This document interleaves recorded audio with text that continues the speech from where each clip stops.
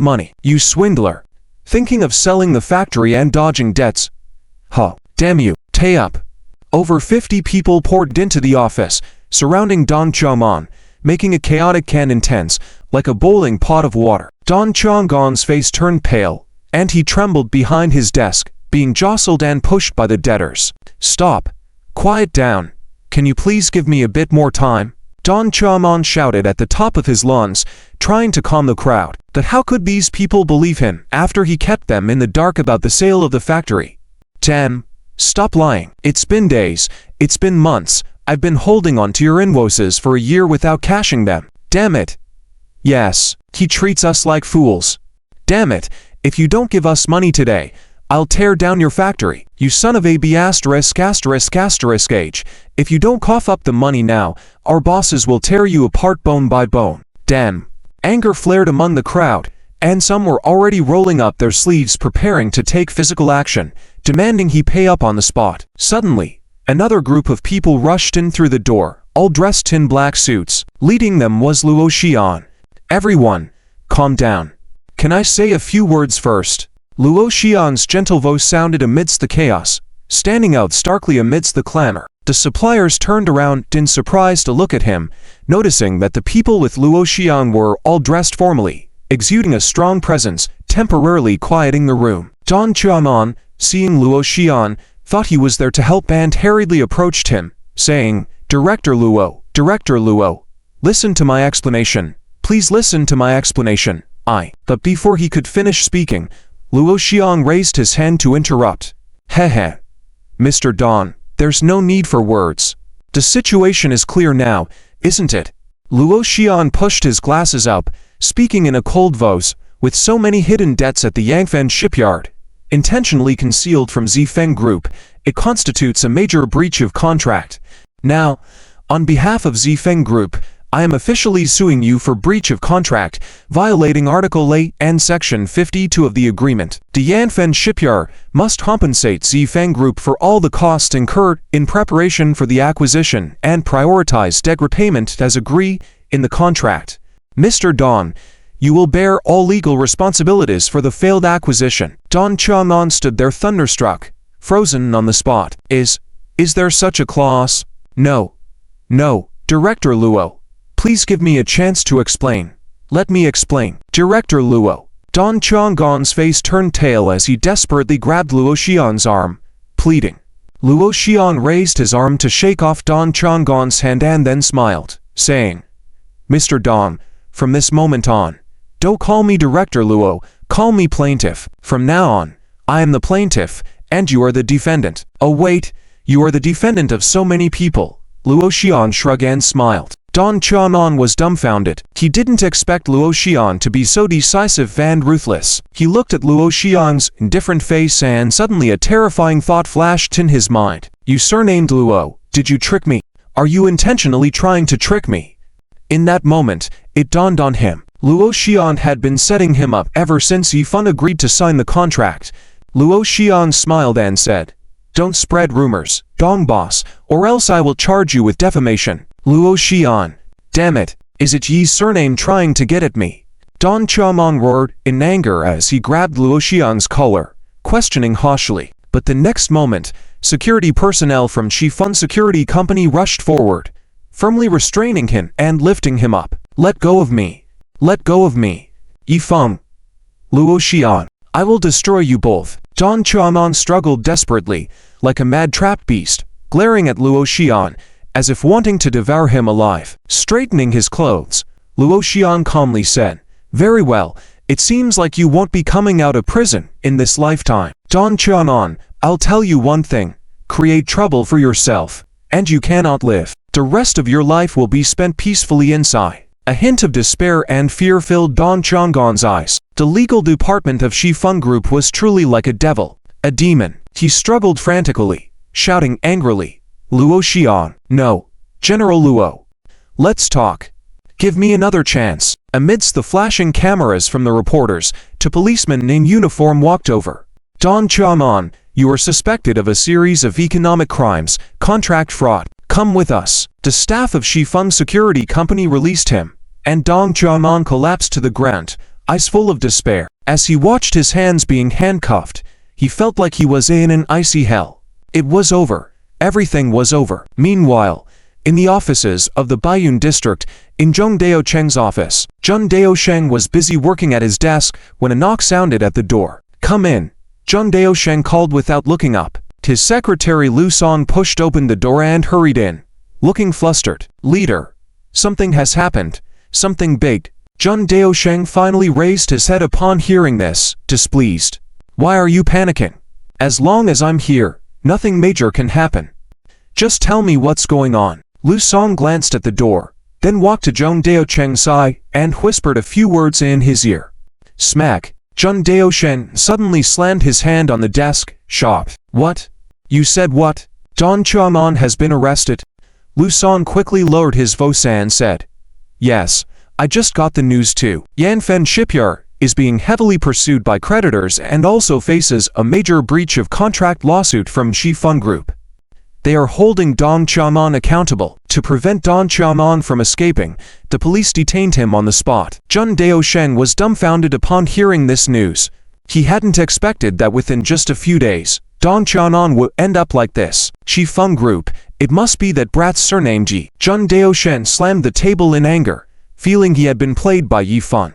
After so many years in the officialdom, being outsmarted by a young fellow like this was infuriating. He was on the verge of bursting into anger, feeling the fiery rage rising like a volcano within him. "Leader, now that this has happened, what should we do?" Lu Song asked anxiously, clearly shaken. He had been by Zheng Daocheng's side for many years and knew quite a bit about Zheng Daocheng's dirty dealings. If Don Qiamong ran into trouble, it would surely lead to trouble for Zheng Daocheng. If Zheng Daocheng fell, he would go down with him. Zheng Daocheng paced back and forth, trying to suppress his anger and think rationally. The most crucial thing now was to ensure Don Qiamong didn't face any harm, at least not one that would implicate him, and for that, only that brat's surname Ji could help. If he agreed to talk, they could first get Don Qiamong out, and then sort out the rest of the mess later. With this in mind, Zheng Daocheng immediately dialed Yifeng's number. "Hello, Yi. This is Zheng Daocheng." On the other end of the line, came Yifeng's lazy voice. "Oh, Mayor Zheng, what's the occasion for this call?" Zheng Daocheng almost exploded upon hearing Yifeng's casual tone. He took a deep breath, holding back his anger, and sternly questioned, "Yi, was it you who orchestrated Don Qiamong's situation?" "Heh. Mayor Zheng, I have no idea what you're talking about. Who did I set up?" Yifeng feigned ignorance, coldly laughing. "Yifeng, let me tell you, stop playing dumb with me. We are discussing serious matters here. Don't act oblivious." Zheng Daocheng couldn't hold back anymore and rebuked Yifeng. On the other end of the line, Yifeng's low chuckle could be heard, carrying a hint of mockery. "Zheng Daocheng, you have no right to speak to me. Don't think I don't know anything. That factory of Don Qiamong's is a landmine. Why did you have me buy it? Were you trying to deceive me? Were you wishing for my demise? It's just a pity. I'm afraid I can't let you have your way." Zheng Daocheng was taken aback, his heart sinking. Yifeng had found out about the hidden debts of the shipyard, but now wasn't the time to get entangled in that matter with him. They had to get Don Qianlong out as soon as possible. Yifeng, there must be some misunderstanding in this situation. Why don't we sit down and talk? For now, retract your accusations against Don Qianlong, and let's find a place to have a proper discussion, Zheng Daosheng said, in a deep voice. Hehe. Zheng Daosheng, starting now, there's nothing to discuss between us. Yifeng's voice was icy. Zheng Daosheng felt the anger piercing through him upon hearing this. Even with his status and position, he was offering a businessman a chance to talk, but this fellow was so shameless. Infuriated, he slammed the table, cursing, "Damn it, Yifeng, I tell you, this matter must be discussed. I can approve that piece of land for you, and I can take it back to Yifeng. Listen up. In Baiyun District, I have the final say. Think carefully about your own words." Zheng Daocheng's angered voice shocked his secretary Lu San, who trembled, witnessing Zheng Daocheng's fury for the first time, almost losing his composure. However, he couldn't help but admit that Yifeng not only had a deep cunning mind but also ruthless methods. Zheng Daosheng couldn't outmaneuver him. "Are you mute? Did you hear me?" Zheng Daosheng said, getting angrier at the silence on the other end of the phone. Finally, after a moment of silence, Yifeng's cold voice echoed through the line. "Hehe.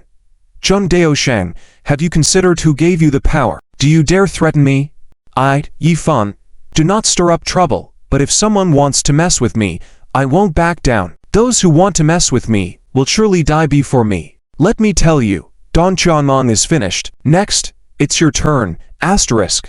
Click asterisk." The phone line was abruptly cut off. Zheng Daosheng listened to the dial tone, his face blank. "Damn it, how dare that ye hang up on me? Lu San, inform everyone immediately to revoke the approval for the Shifeng Logistics Park.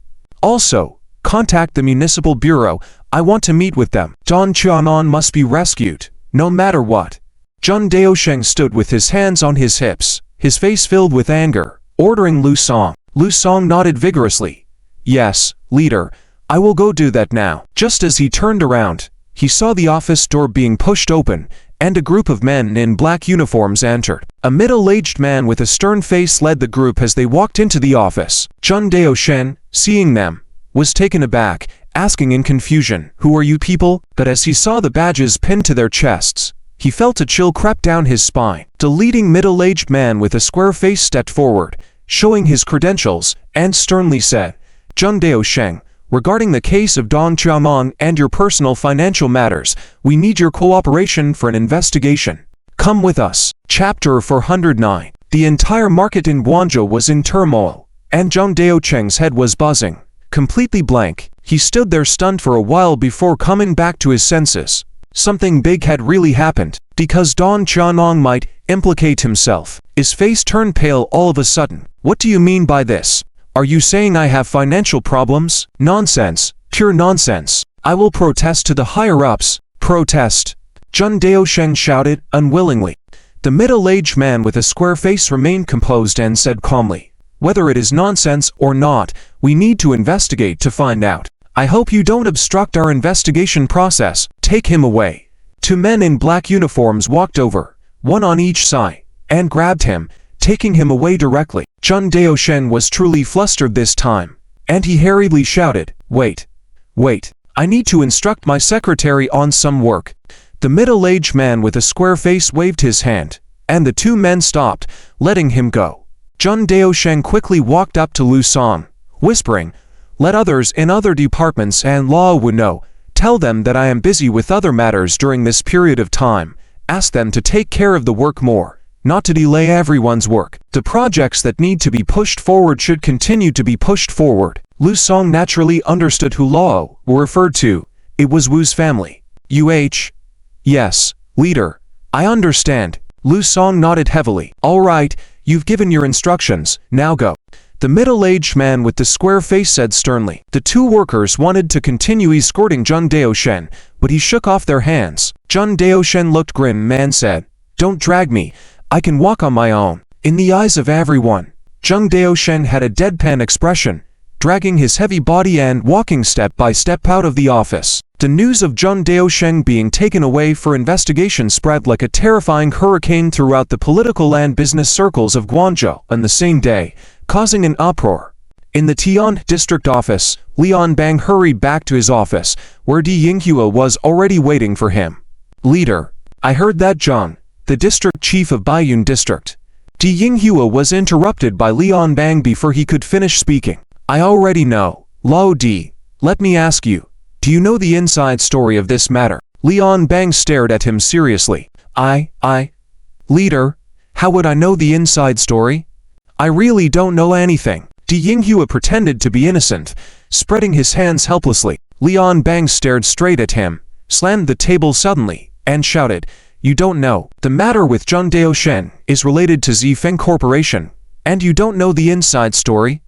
Are you still trying to deceive me? Let me tell you, Zhang Daoshen is being investigated because of Dong Qianan, and the news is that the shipyard owned by Dong Qianan is about to be acquired by Zifeng Corporation. Would Zifeng Corporation propose an acquisition out of thin air? Would they accuse Dong Qianan out of thin air? Did Zifeng Corporation want that land? So Zhang Daosheng suggested the acquisition to Zifeng Corporation. Speak. Faced with such harsh questioning, Di Yinghua was trembling all over, but after being in the system for so long, he already understood what to say and what not to say. I really don't know. I just followed up on the project at Zifeng Logistics Park recently.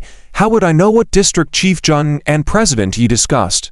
Leader, I really don't know. Di Yinghua insisted that he didn't know anything. Lian Bang snorted, paced back and forth with his hands behind his back, and said, Okay, I'll pretend you don't know, but do you think I don't know anything? If the debt of the Yanfen shipyard suddenly explodes, if taken over by Zifeng Corporation, it will definitely lose everything. If Zhang Daoshen wants to let Yifeng take over. Do you now understand why Zhang Daoshen got involved?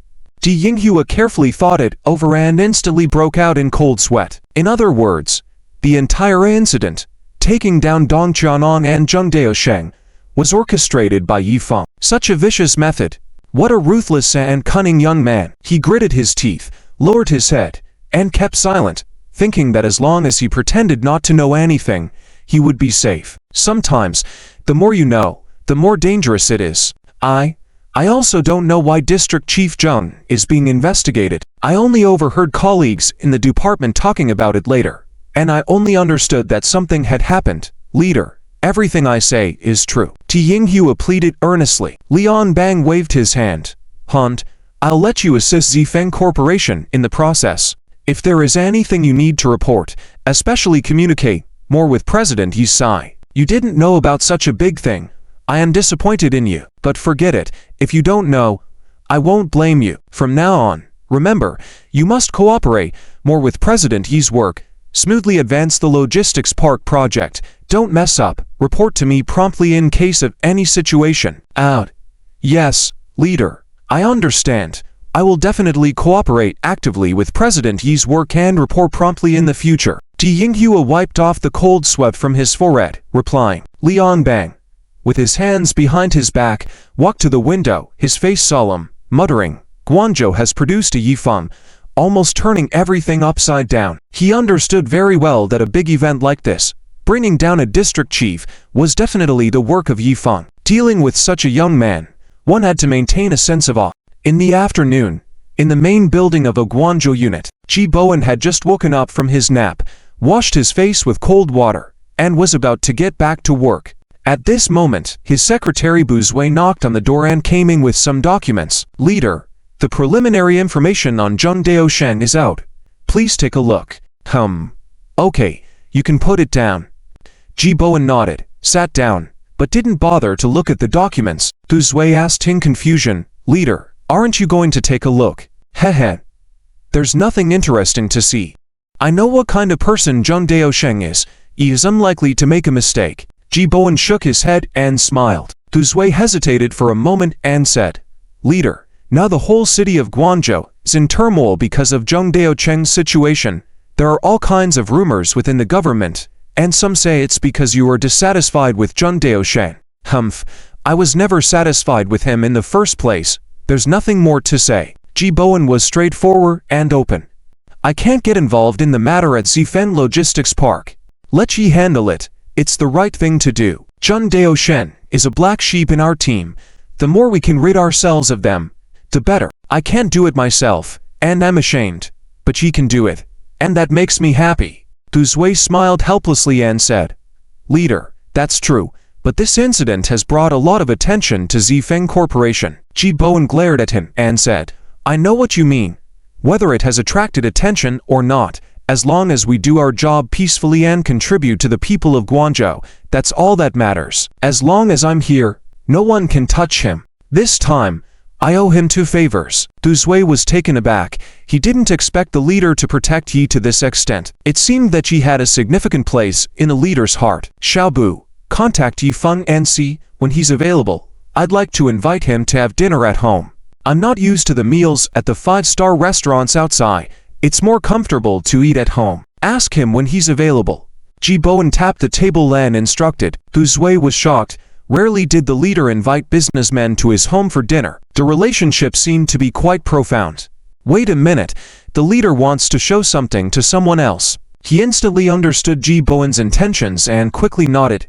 Yes, leader, I will inform the secretary's office and make an appointment with President Yi. In the evening, at the Fanhai community, the Wu family.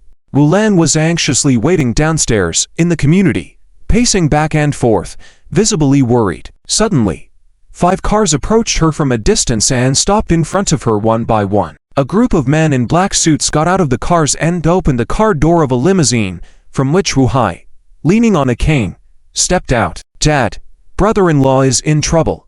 Wu Lan hurriedly approached him. Wu Hai's face was solemn as he replied, I know.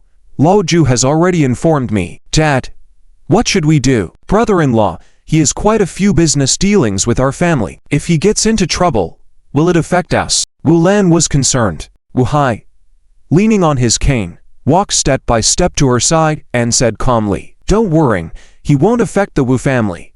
He didn't in the past, and he won't in the future. Dad, can uncle really do it?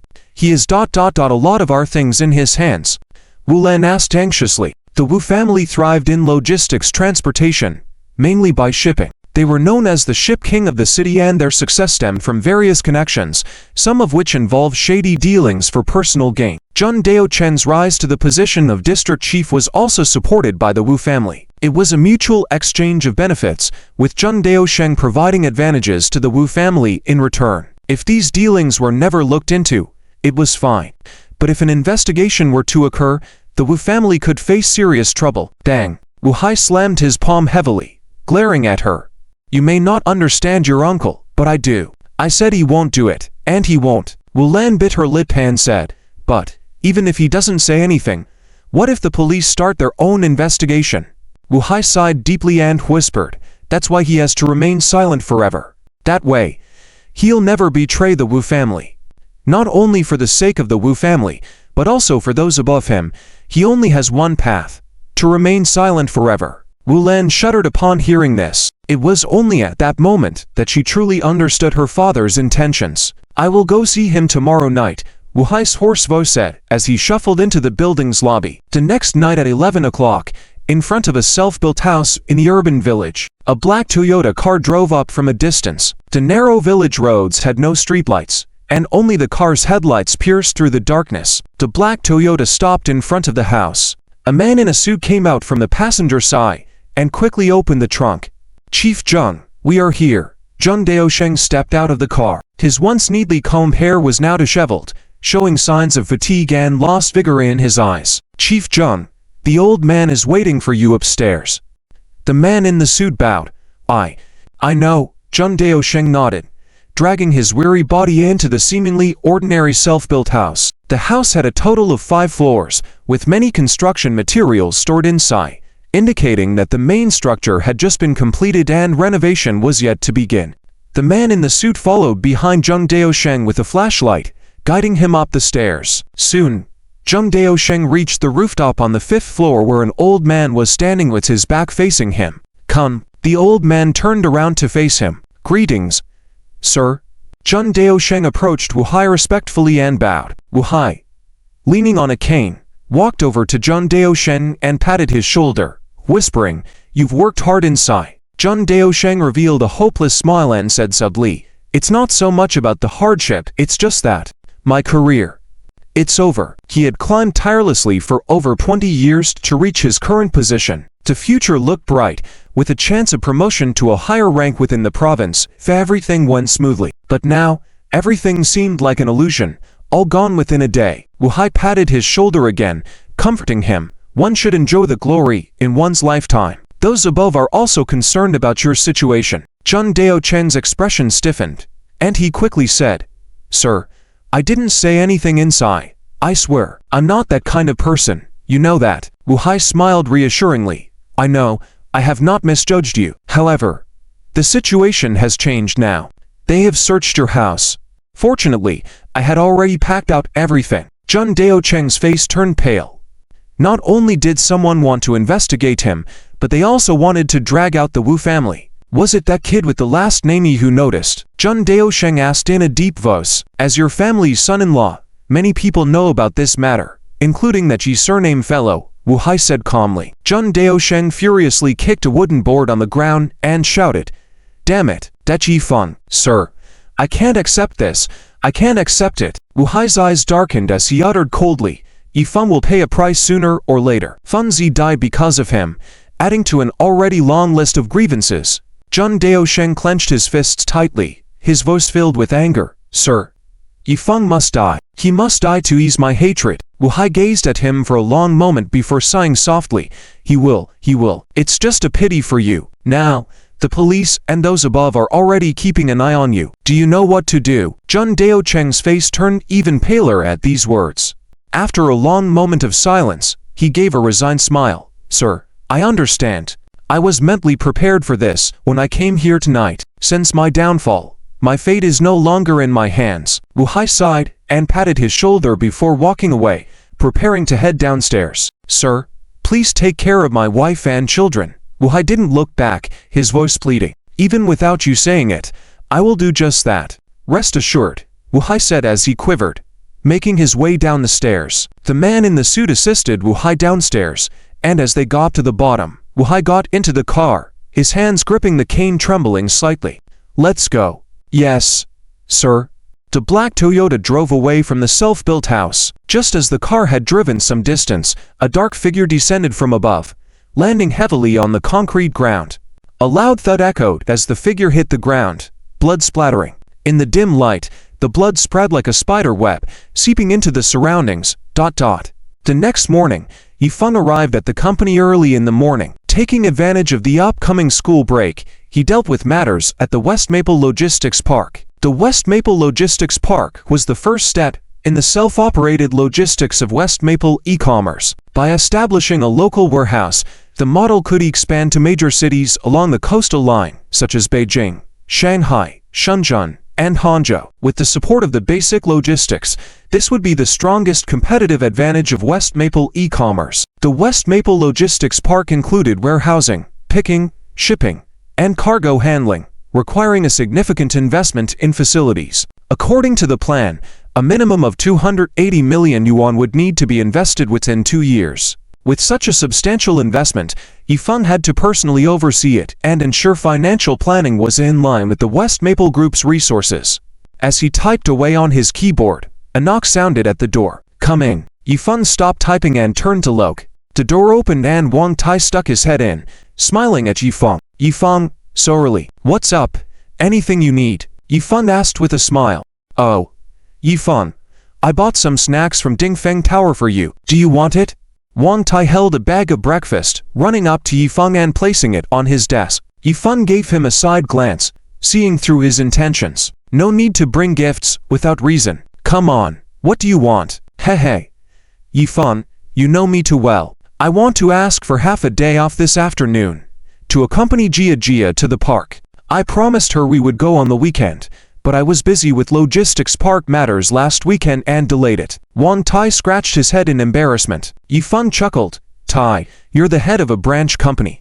You don't need to ask me for leave. You can go wherever you want. Besides, after finalizing the paperwork for the logistics park, the next step is the bidding for construction, so there's nothing urgent. It's important to balance work and rest. Go have fun with peace of mind. Wang Tai was delighted. Thanks, Yi Feng. Suddenly, the door swung open, and Han Ping'an rushed in with a newspaper in hand, almost out of breath. He ran to Yifan and slammed the newspaper on the table, gasping for air. Yifan, Zheng Daoshen, is dead. Yifan was taken aback. What did you say? Zheng Daoshen is dead. He grabbed the newspaper and read the headline, his eyebrows furrowing. The Wu family is ruthless enough. The body of Zheng Daoshen was found this morning in Fankan. The police initially determined it to be a suicide, and the specific circumstances are still under investigation. Funjie, will Zheng Daosheng's death had any impact on our logistics park project? Han Ping'an worriedly asked. After a moment of contemplation, Yifan replied, there will be an impact. Authorities may thoroughly review the projects he approved, but the impact should be minimal. I will communicate with Mayor Ji about it. I just can't believe that the Wu family would so directly abandon Zheng Daosheng.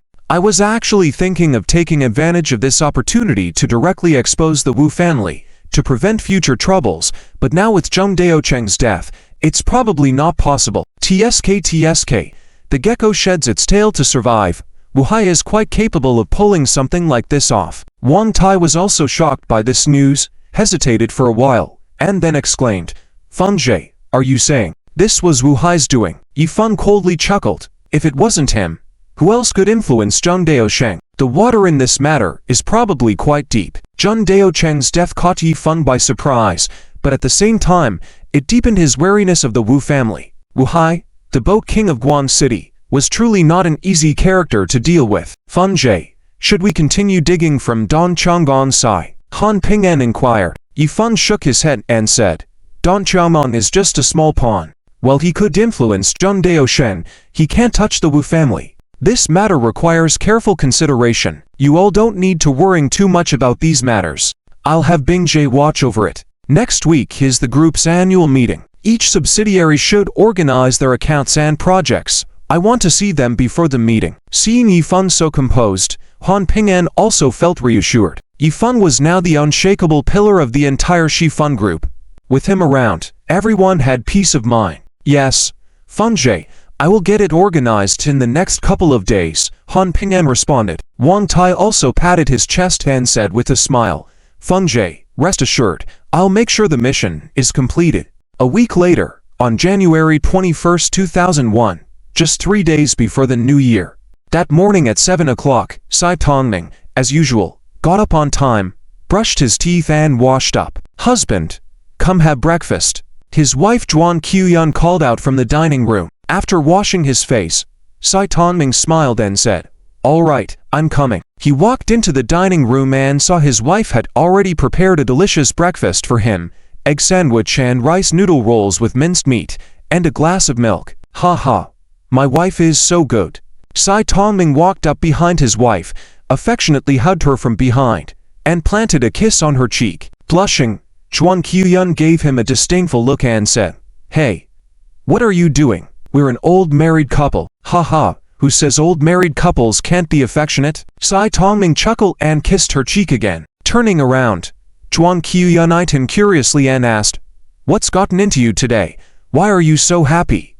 Letting her go, Sai Tongming sat at the table, because the company is having its annual meeting today, and after that, we'll be on holiday. Annual meeting? Zhuan Qiyun took off her apron, puzzled. Yes, it's the day the company evaluates the companies in the group. Sai Tongming replied with a smile. Zhuan Qiyun's expression turned serious as she sat beside him. Honey, how is the company you manage doing? Is it performing well? Honey, you have to work hard.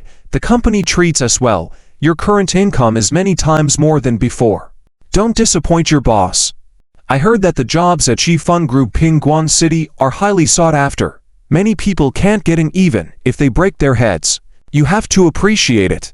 Listening to his wife's nagging, Sai Tongming chuckled and said, honey, rest assured, I will do my best, and my performance among the subsidiary companies should be among the top, certainly not the last. Hearing this, Zhuan Qiyun finally relaxed and said, that's good. If you can earn tens of thousands for the boss every year, he surely won't have any complaints about you.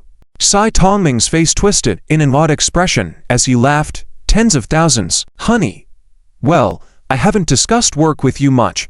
Let me tell you, just one of the internet cafes under the Shifan Group makes more than tens of thousands a year, It's in the millions. In fact, there are 6 such internet cafes in Guan City. Zhuang Qiuyan's mouth fell open in shock. Oh my, I thought your company had only made a few million in less than a year. Sai Tongming shook his head with a smile. All right, you don't understand company matters. He knew his wife wasn't interested in such things and only cared about the basics of life. After breakfast, he changed into a suit, put on a festive red tie, brimming with confidence, and headed to the company to start a new day's work. At 8:30 in the morning, Sai Tongming always arrived at the company early. But today, many employees were already there before him. General Tsai is early. General Tsai, hello. The veteran staff of the group greeted him, and Sai Tongming responded to each with a smile. Lao Tsai is here. Perfect timing.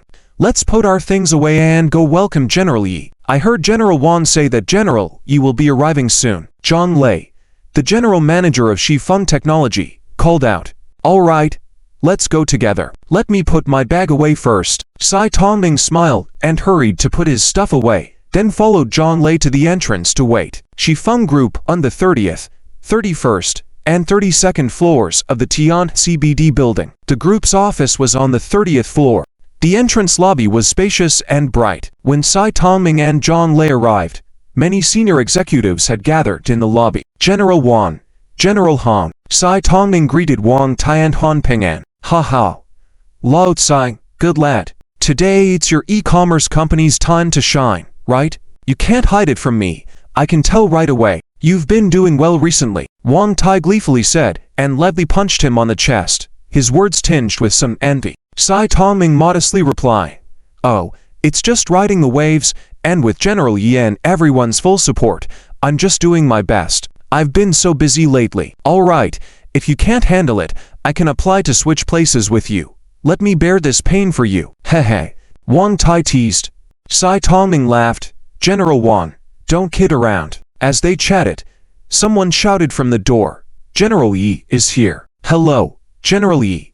Everyone turned their heads towards the door, and all lined up into rows, standing solemnly and respectfully. At that moment, a figure in a sharp black suit entered their sight. Coming towards them was a young man with a clear face, a friendly smile, and a figure-hugging black suit that made him look more mature, posed, and remarkably charismatic. Followed by a group of Shifeng Group employees and Shifeng Security Company staff, he walked with a confident stride. Excitement flickered in Sai Tongming's eyes. This young man in front of him was the founder and pillar of Shifeng Group, an idol revered by all employees. He was the one who first bowed and said, hello, General Yi. Hello, General Yi. Others echoed in unison, their loud voices echoing through the lobby. Yifeng waved to everyone and smiled, saying, hello, everyone. It's rare that everyone is all here today. Ha ha. The HR manager of the group, Ku Ling, approached and greeted Chief Yi. Employees from each subsidiary and all official employees of the group company are here today with no one on leave. They are all present. I see. Let's start the top-level meeting of the group first.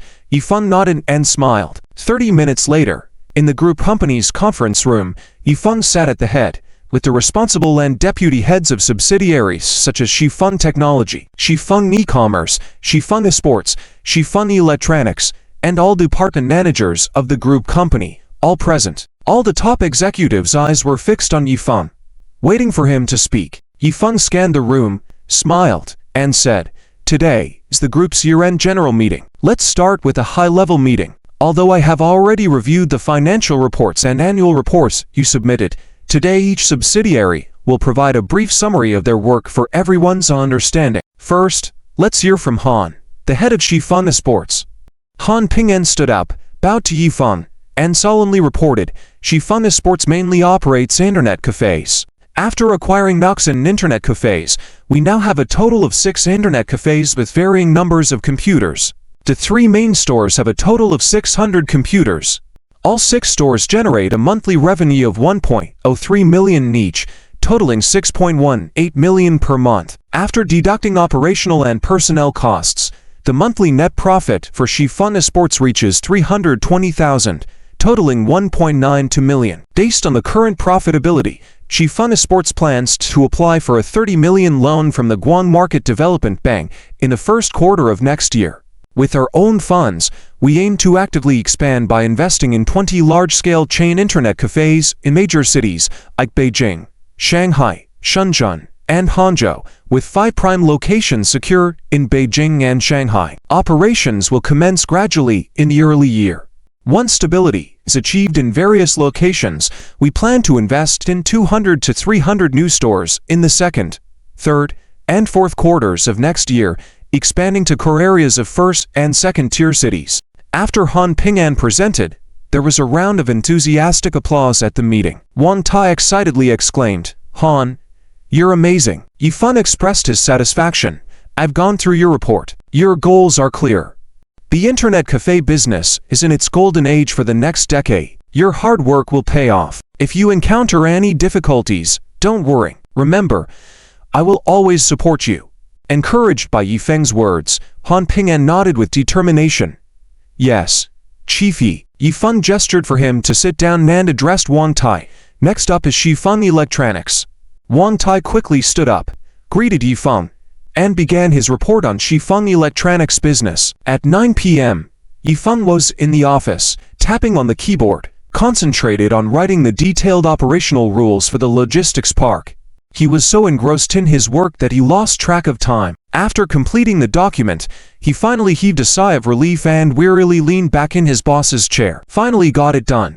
Operating with an experience that transcends time and era will have great advantages, but it truly tests the team's execution power, murmured Yifeng to himself. Since the year 2000, the world has seen a rapid increase in the level of informatization due to the widespread use of computers.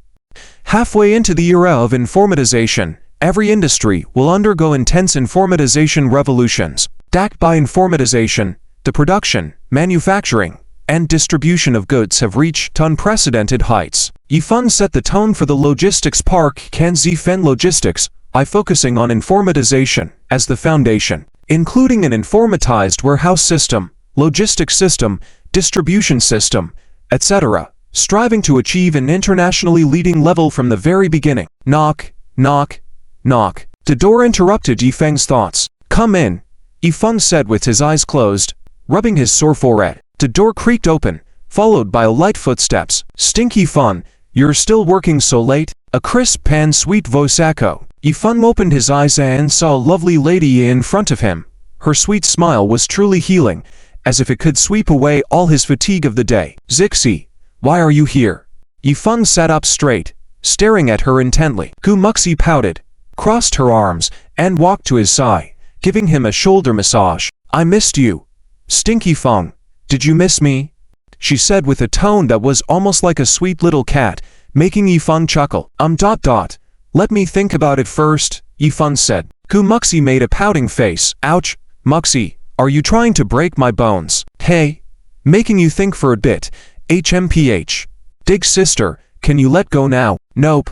Suddenly, Yifeng turned around, grabbed her hand, and pulled her into his arms. "Little Zixi, looks like you're trying to start a war." Gu Muxi playfully struggled in his arms, blushing as she asked, "What war?" "Of course, the war between men and women. No need to change the scene for that," Yifeng teased. Gu Muxi blushed to her neck and gave him a glare. "Yi Shao, your audacity is getting bigger and bigger." "Absolutely. Bold and daring." As the conversation continued, Gu Muxi blushed even more and huffed, "Well, I don't want to talk to you anymore. If I knew you didn't miss me, I wouldn't have come to see you. Okay, I'm going home." With that, she turned on her heel to leave. Yifeng jokingly raised a finger, one popsicle, but Gu Muxi didn't stop. Two. Yifeng extended two fingers. "That's more like it." Gu Muxi stopped in her tracks, turned around with a close smile. Standing up, Yifeng chuckled. "All right, stop pulling my leg. It's getting late. Let's grab a late-night snack and head back. After all, there's still work to be done." Head.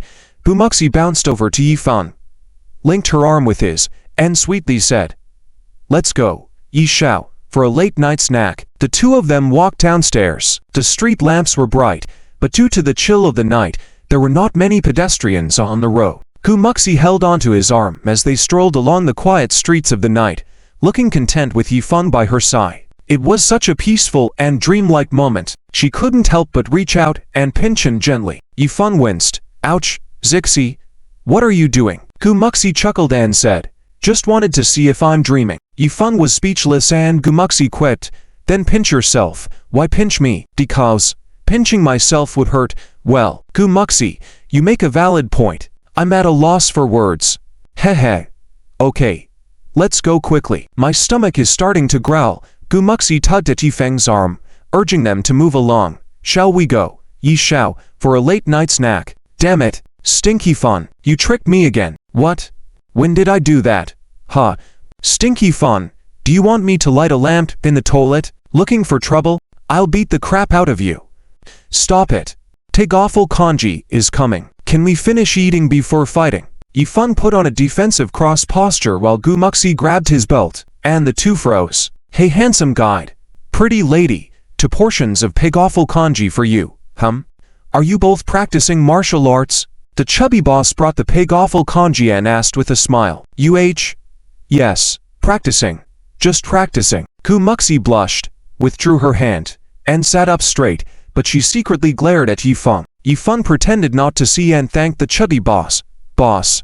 Thank you. Wish you great wealth every day. Ha ha.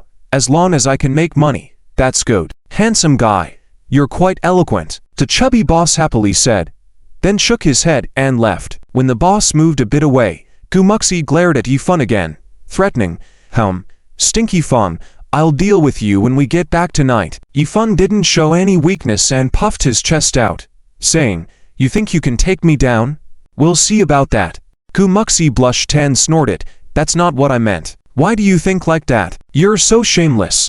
Thanks for the compliment, Yifeng accepted cheerfully. Gumuxi shook her head in exasperation and amusement. You're really something. When one is despicable, one is invincible. Yifeng chuckled. Suddenly, his phone rang. Yifeng glanced at it and saw that it was from Yan Zubing. He answered and said, hello, Brother Bing. What's up? Ha ha. Little fun. I just had a drink with Ping An. He said you were still working overtime at the company, so I called you immediately. Can you guess where we are now? Yan Zubing laughed heartily. Yifeng replied, if you're calling me, you must be nearby. Smart as always. Are you still at the company? We'll come pick you up and have a drink tonight. New Year's is around the corner. Yan Zubing said, I'm not at the company. I'm at the night market on the back street, but I'm having supper with my girlfriend right now, which might not be convenient. Yifeng glanced at Gumuxi and thought of politely declining. Your girlfriend is there too? No worries, we understand. Wait for me. We'll be right there. Let's grab some supper first before we drink. It's settled. Yan Zubing hung up the phone. Yifeng listened to the dial tone, smiling wryly. Looks like I can't escape the drinking session tonight. Gumuxi asked in surprise. Yi Shao, who called you just now? One of your buddies again? Yifeng pondered for a moment and replied seriously. Not a buddy, but a friend, a true friend. Although he and Yan Zubing had a life and death friendship, he always regarded their relationship as friendship and never as close as with Wang Tai or Han Ping'an. Dealing with Yan Zubing, he always maintained a certain distance, but that didn't diminish his admiration for him. If there was one true man he respected most in the whole city, it was undoubtedly Yan Zubing. Ah, Brother Bing, why did he call you so late? Gumuxi asked in confusion. Yifeng grabbed a cup nearby and signaled. What do you think, Muxi? What else could Brother Bing want from me? Ah, you guys are going drinking again? Gumuxi put down her spoon, puffed her cheeks cutely, showing her displeasure. Yifeng smiled and said, Brother Bing called. How can I refuse directly? He has done me many favors and has always taken care of me. There's a bond between us. Sometimes, in this line of work, it's all about that. It's a matter of human relationships. Gumuxi sighed. I know, I understand. My father used to say the same, so why would I stop you from going all this time? I just hope you'll drink a little less. It's not good for your health if you drink too much, Gumuxi said, holding Yifeng's hand tightly. Yifeng felt touched by her understanding. He gently patted her hand and reassured her. Don't worry. I know. Besides, when drinking with Brother Bing, he never pushes for more. It's just for fun. Well, with the new year coming up, he just wants to gather and chat with me.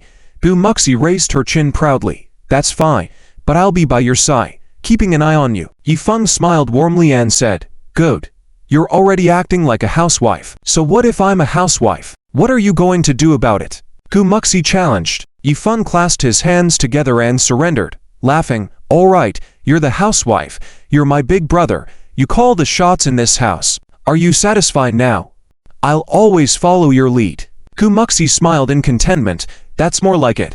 Let's eat. The two chatted leisurely while having supper. Soon, they finished the pig offal congee and started on the stir-fried noodles. At that moment, two drunken young men stumbled over, accidentally bumping into Yifeng's table and almost spilling the noodles. Hey, guys, be careful. Yifeng furrowed his brow. One of the young men in a floral shirt cursed. Who are you telling to be careful? I'll walk however I want. Gumuxi couldn't hold back and slammed the table, standing up and questioning. Hey, do you have any manners? You bumped into us and you're being so rude.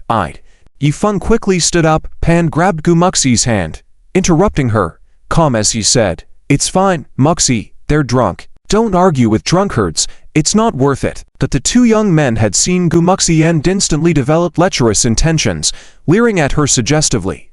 The guy in the floral shirt said, Hey, beautiful lady. Do you have time to have a drink with us? Big brother is very gentle. The other young man, his face flushed red from drinking, chimed in. Yeah, come have a drink with us. We'll pour you some red wine. Gumuxi was outraged and was about to take action.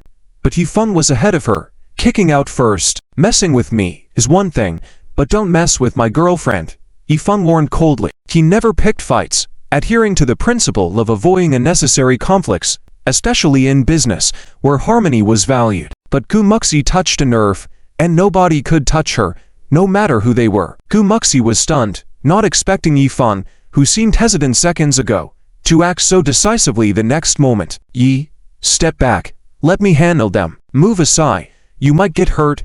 Gumuxi rolled up her sleeves, ready to confront them. Yifeng. Hey, Gumuxi, do you think I'm weak and helpless? Yifeng puffed out his chest, standing confidently. Gumuxi exclaimed, Isn't that so?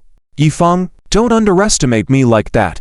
Why don't you wait here? I'll take care of this. Yifeng pushed her back, ready to take action himself. In my experience from years of fighting, dealing with two drunks is like child's play. The guy in the floral shirt reacted quickly, rushing to help his friend up and then picking up a chair, cursing at Yifeng. Dared to touch my brother.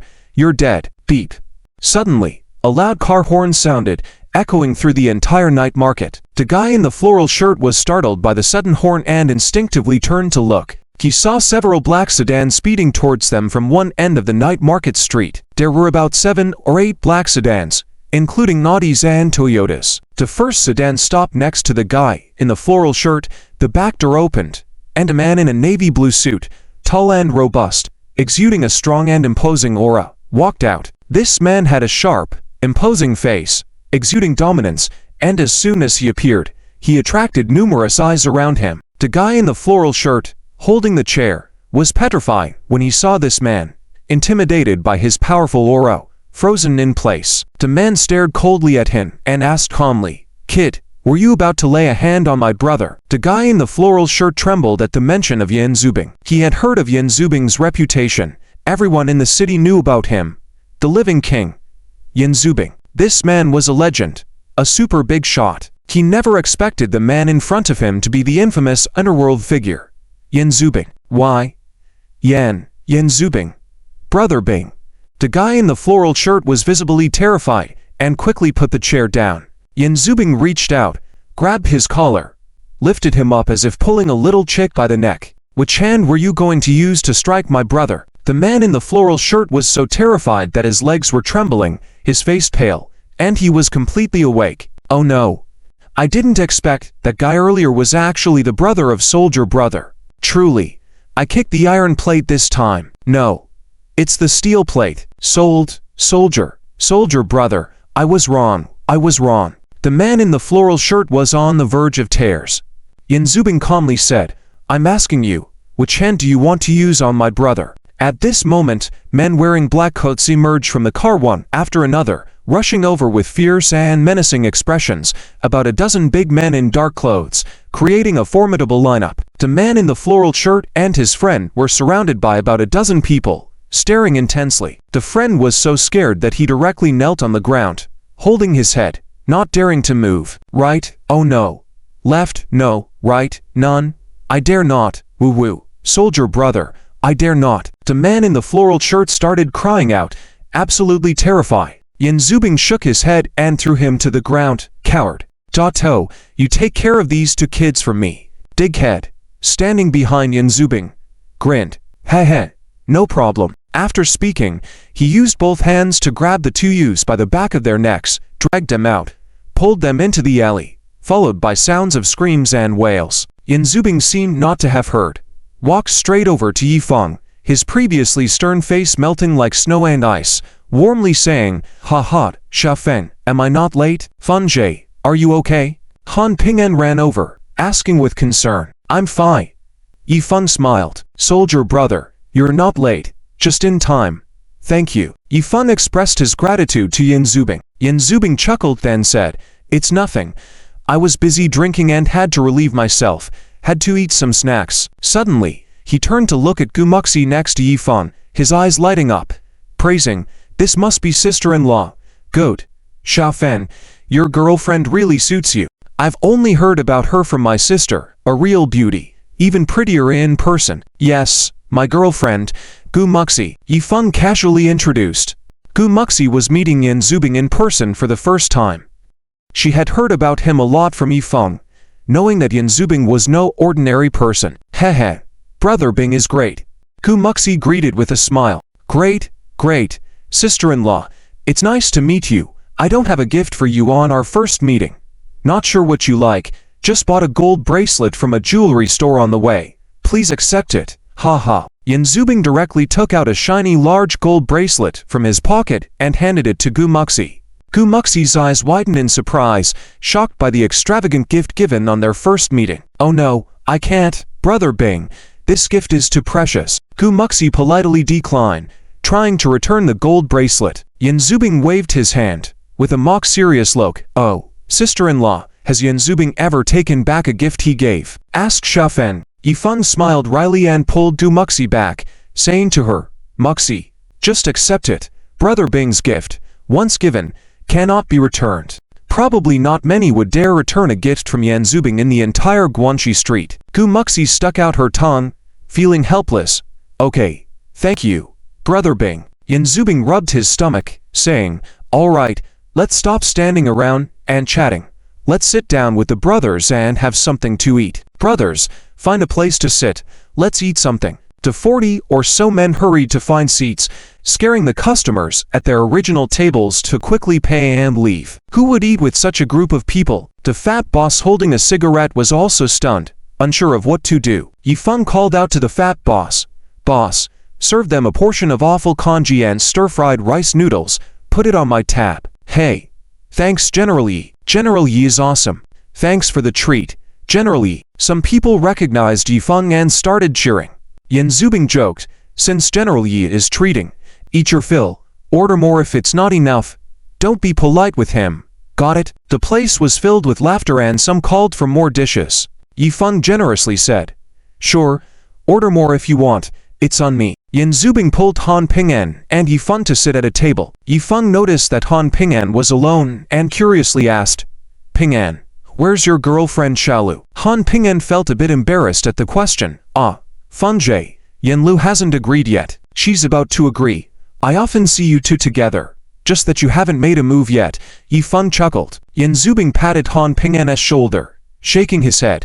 "I even told him earlier, when we were drinking, Ping'an, this is where you fall short. Not decisive enough. Dragging your feet like it's no big deal." Han Ping'an smiled dryly, not knowing how to respond, finally stuttering out, No experience."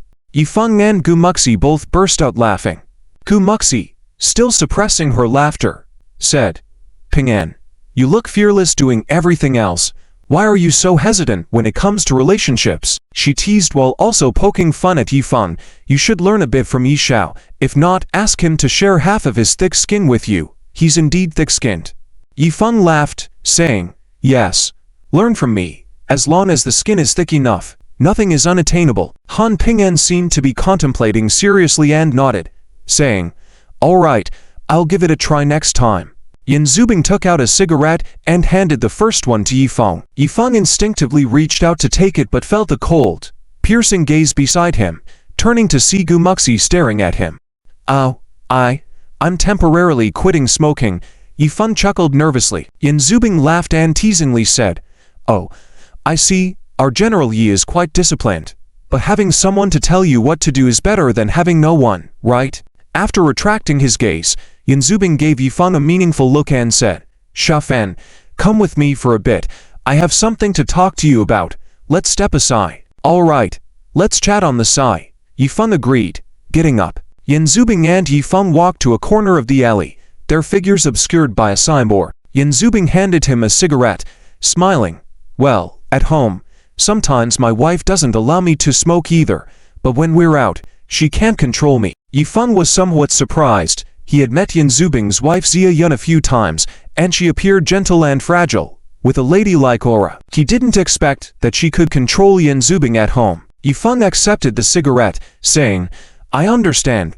Men need to pamper their wives to willingly accept the role of a strict husband. By the way, Brother Bing, what's the matter? Bringing so many people with you, is there something going on with the Leizhou's side?" Yan Zubing lit his cigarette, exhaled smoke, saying, "I'd prefer if they made a move, but ever since you took out Daimeokai, they seem to have gone into hiding. I'm trying to provoke them into action, but there's been no response. My strategy of drawing them out seems to have failed. To prevent any ambushes, when I go out now, I need at least 40 brothers with me. They're lurking in the shadows now, we're in the light, afraid that we can't be fully prepared." Yan Zubing's tone was somewhat solemn, sensing a new change in the situation, perhaps indicating greater danger ahead. Yifeng lit his cigarette, pondering, "It seems like we've alerted the snake in the grass. It's good to make some preparations to be safer. If they continue to hide, we may need to take the initiative after the new year. At least we need to deal with Leizhou's territory first." Yan Zubing nodded in agreement. "Exactly, your thoughts are in line with mine. We can't just wait like this anymore, otherwise, I won't be able to rest at night. As long as Leizhou's people are around Guanxi, I always feel like I have a thorn in my side." The two men smoked in silence, both very aware of the danger posed by Leizhou's group. Yifeng knew he couldn't remain on the sidelines any longer. By taking out Daimeokai, he had already positioned himself against Leizhou. Leizhou's people were like a thorn stuck in his flesh, constantly causing discomfort, yet trying to remove it was a challenge. Yifeng flicked the cigarette ash, forming a smoke ring. He spoke in a deep voice, "I always feel they will strike again, and the next attack, it might be different from before. However, no matter what, Brother Bing, we are already in a situation of life and death with them. It's not just about winning or losing, it's about survival." Yan Zubing looked at Yifeng with gratitude and said, "Zifeng, sometimes I wish your last name was Yan. If I could have a brother like you, that would be such a great thing. You're not a hero, you're a shrewd villain." He greatly admired Yifeng in his heart. Among all the young people he had encountered, there were very few with even a tenth of Yifeng's mental ability and capabilities. Smart, ruthless, decisive, socially savvy, a young man like him had unlimited potential. "Brother Bing, you're overpraising me. I'm just a businessman, not a villain," Yifeng humbly replied. Yan Zubing shook his head and chuckled. "You don't need to be modest in front of me. I can consider you a brother, but I understand that you could never be my actual brother. You're quite clever. You know that once you walk down my path, turning back would be difficult." And these words, I believe you've said them to Han Ping'an too. "Ping'an considers me a prospective brother-in-law, but he has no interest in my business." Yan Zubing spoke frankly, which made Yifeng feel a bit awkward. "Brother, you will always be my friend." Yifeng helplessly smiled. Yan Zubing laughed heartily. "Ha ha, just hearing you say that is enough for me. I haven't mistaken you. Some things, you and I both know, but speaking about them openly wouldn't hurt. As long as you still consider me a friend, I, Yan Zubing, will consider you a brother. Being brothers is a lifelong commitment." Touched by this, Yifeng felt moved. Yan Zubing, even though aware of his thoughts, had no reservations and was willing to treat him like a brother. How could one not respect such loyalty and openness? "I know. Thank you, Brother Bing." Yifeng sincerely bowed towards Yan Zubing. Yan Zubing jokingly scolded, "What's with the formality? Kid, you business people really have no fun." Yifeng laughed, "Ha ha, Whatever Brother Bing says. Yan Zubing threw away his cigarette and said, let's talk about something fun. I have good news for you. Camel is out of the hospital, and all his injuries have healed. That's great. We should definitely have a drink with him next time. Yifeng said happily. Camel was Yan Zubing's right-hand man, his most trusted brother who almost lost his life saving Yan Zubing last time. Camel's return was indeed a cause for celebration. No need to wait until next time. After supper, we'll go to my place to sing karaoke and invite him. Yan Zubing said, still going for karaoke? Yifeng raised an eyebrow. Isn't little Hixie keeping an eye on us? Can she handle that environment? Yan Zubing patted his shoulder. With a serious look he said, we're almost back for the new year. It's rare to have a chance to gather. Do you want to bail out? All right, I'll follow your lead. But my mother is still at home, so let's keep it low-key. Yifeng shrugged, taking a preventive shot first. Fine. I'm not forcing you to drink. Yan Zubing, never force anyone to drink. I'm just having a drink and chat with you. The only young person who appeals to me. If you didn't already have a girlfriend, and my sister didn't like Han Ping'an, I'd even ask you to be my brother-in-law. Ha ha. Yan Zubing joked.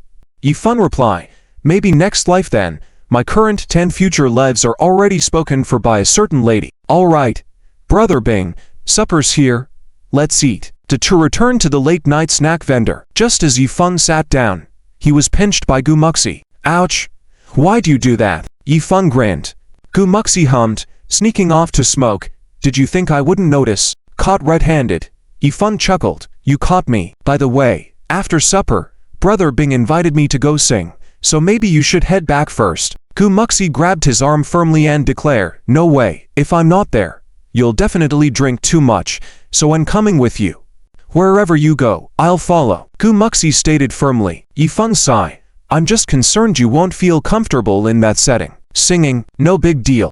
I can sing too. Gumuxi patted her chest confidently. Yifeng couldn't help feeling perplexed by the sudden display of confidence. Gumuxi continued. My singing is great. How about you? Have any complaints about my singing? Gumuxi glared at him. Yifeng quickly shook his head. No, absolutely not. If you're happy, that's all that matters. With raised hands, Gumuxi said, waiter, next song. Wang Jian's friends, for everyone. And the night of singing and laughter continued on. Minute. When are you going to pay back the money, punk? The bald man slapped the youth hard across the face. Despite being slapped, the young man did not make a sound and simply replied, I don't have the money. Minute. Is my big brother's money so easy for you to use? Borrow it and not return it. The bald man kicked the young man, knocking him to the ground. The young man allowed himself to be beaten without showing any intention of fighting back, quietly getting up from the ground. The bald man saw him as unresponsive and fearless, feeling embarrassed and angered. Minute. The bald man raised his hand to deliver another slap, but suddenly a hand firmly grabbed his wrist. Brother, let's talk it out.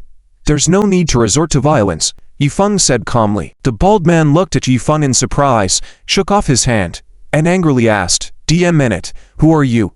And who allowed you to meddle? Do you think life is too long? Yifeng glanced at the young man with a flat-top haircut and said with a smile, let's talk, he's a friend of mine. The young man with the flat-top haircut turned out to be Wu Siyuan, not very old, around 25 or 26, with dark skin. Wu Siyuan also recognized Yifeng. Everything all right? Yifeng asked with concern. The bald man pushed Yifeng aside and looked him up and down, judging him to be dressed formally and not someone involved in criminal activities. He became more audacious. Minute. Who are you? And where do you come from? How dare you interfere with my business? The bald man asked fiercely. Yifeng remained calm. Brother, I'm not from around here. He's my friend. And if my friend is in trouble because of you guys, I have to ask about it. Wu Siyuan took a step forward, standing in front of Yifeng. You leave. This is none of your business. Yifeng smiled. I don't like owing favors. You helped me before, so this time, I must return the favor. The bald man smirked. Well, if you're friends with this kid, then help him repay the debt honorably. Yifeng raised an eyebrow. How much does he owe you? Total of 250,000. Not a single cent less. Spat the bald man. Yifeng looked at Wu Siyuan with surprise. The young man didn't seem like someone who would owe that much money, and the amount seemed unrealistic. What's going on? Wu Xiuan calmly explained. It was borrowed by my father to treat my mother's illness, a principal of 30,000 that has rolled over to 250,000 in a year. Yifeng was shocked to hear this and exclaimed, what the heck? A principal of only 30,000, and it rolled over to 250,000. Are they sucking people dry? It's worse than a loan shark. DMN, who are you talking about?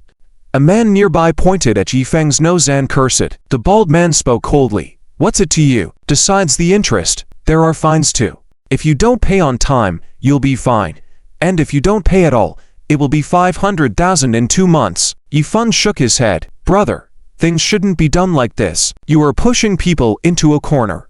The bald man stepped forward, staring at Yifeng aggressively. Hey, so how should things be done according to you? At most 50,000. Yifeng extended 5 fingers. The bald man laughed upon hearing this and so did the others, finding it ridiculous. Ha ha ha. A joke. Are you trying to act all high and mighty? 50,000? That's what you give beggars. If my boss finds out, you'll be in for it. The bald man sneered. Yifeng smiled. If you can't make the decision, let your boss negotiate with me. The bald man looked at Yifeng with interest. Hey, all right, you want to play hero. Later. Don't cry on your knees. Want to talk to my boss? Follow me, I will take you to see my boss. Anyway, today, if you all don't come up with the money, no one is leaving. Maybe we'll fleece the big ones tonight. Let's see you cry when it's your turn. The bald man and his lackeys escorted Yifeng and Wu Xiuan out of the restroom towards the private room. You shouldn't have helped me, Wu Xiuan whispered to Yifeng as they walked. You helped me. I can't stand by and watch someone in trouble. That's not who I am, Yifeng replied plainly. He was someone who repaid kindness, never accruing debts of gratitude without settling them. This incident, for him, was trivial. 250,000 wasn't much, but he didn't want to be the scapegoat and lose money unjustly. Some matters needed discussing. Later. You run first, Wu Xiuan said quietly. It seemed he was prepared to fight it out, but didn't want to involve Yifeng. Yifeng cautioned, don't act recklessly.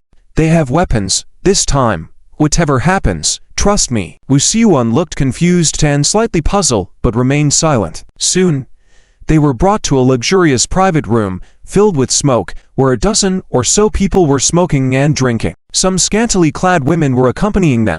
In the center of the room sat a fat man with a large gold chain and a large hairdo, who was touching one of the women's thighs. She didn't resist, as her low-cut top was already stuffed with a few hundred yuan notes. Big brother, we're back. The bald man hurried over to greet the fat man. The man turned and lazily asked, so, did you get the money back? Nah.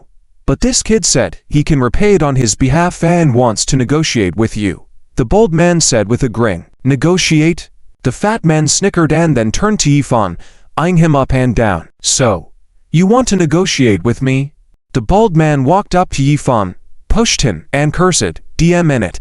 My boss is Huaj. Did you even bother to ask around? Who dares to owe my big brother money? Do you want to bargain with us? Yifeng remained composed, walked up to the fat man called Huaj, and smiled. Huaj, right? The father of my friend borrowed only 30,000 from you just a year ago, and now it's become 250,000, an 8-fold increase.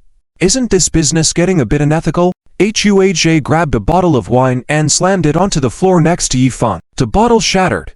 Glass shards scattered around. The room went silent, the music stopped, and everyone's gaze focused on the commotion. Lei Jinghua stared coldly at Yifeng. You brat, how I conduct my business, what's it to you? Look at yourself first. How much older are you than I am? As the words fell, the atmosphere inside the compartment became tense. Some people inside had already stood up, slowly surrounding Yifeng, their eyes wary. Wu Xiuan silently walked to Yifeng's side, clenched his fists, seemingly ready to strike at any moment. But Yifeng's face showed no panic. Having experienced many storms, he had a strong heart. Huaj, there's no need to make things like this. We're all out here to make a living. Why go to extremes? Yifeng smiled. He wasn't afraid of trouble, but he didn't want to provoke it either. If this so-called Huaj dared to make a move here, Yifeng believed that this person wouldn't walk out of the Kashaimen KTV tonight, without knowing whose territory this was. Yifeng's composure instead made Lei Jinghua hesitate. Where did this kid come from, after all? Was he also in the world of the streets? After pondering for a moment, Lei Jinghua took out a cigarette, lit it, and said, "Kid, you've got guts. Where do you hang out? Tell me your name." Yifeng put his hands in his pockets and said, "Yifeng." As he spoke, Yifeng took out a business card from his pocket and placed it in front of Lei Jinhua. Instead of taking the card, Lei Jinhua glanced at it. When he saw the CEO of Shifeng Group section, a trace of disdain appeared in his eyes. "Shifeng Group? Ha. Never heard of it, but you do look like a businessman." Lei Jinhua sneered. "Since you say you want to talk, fine. Bring a chair for him," he said. He loved dealing with these big bosses, not for anything else, just because he liked to take advantage of them. The bald man grinned and kicked a chair, sending it towards Yifeng. Yifeng pulled the chair over, sat down, and said, "Huaj, my friend's debt is indeed a bit exaggerated. Even on the streets, it's not handled this way. Going from 30,000 to 250,000 in a year. At this rate, who can stand it?" Lei Jinhua spat out a smoke and sneered. "However it turns out, those are my rules. If you have the ability, don't borrow this money. Since you say you want to talk, fine. Based on my rules, I should disable that kid's hand. But since you're here, then it's 350,000. Yifeng was taken aback. This guy, the more they talked, the bigger it got. Was he trying to fleece himself like a king? Ha, 350,000? Huaj, you really know how to joke, Yifeng said coldly. It seemed like these people weren't here to negotiate in good faith. Damn. Do I look like I have time to joke with you?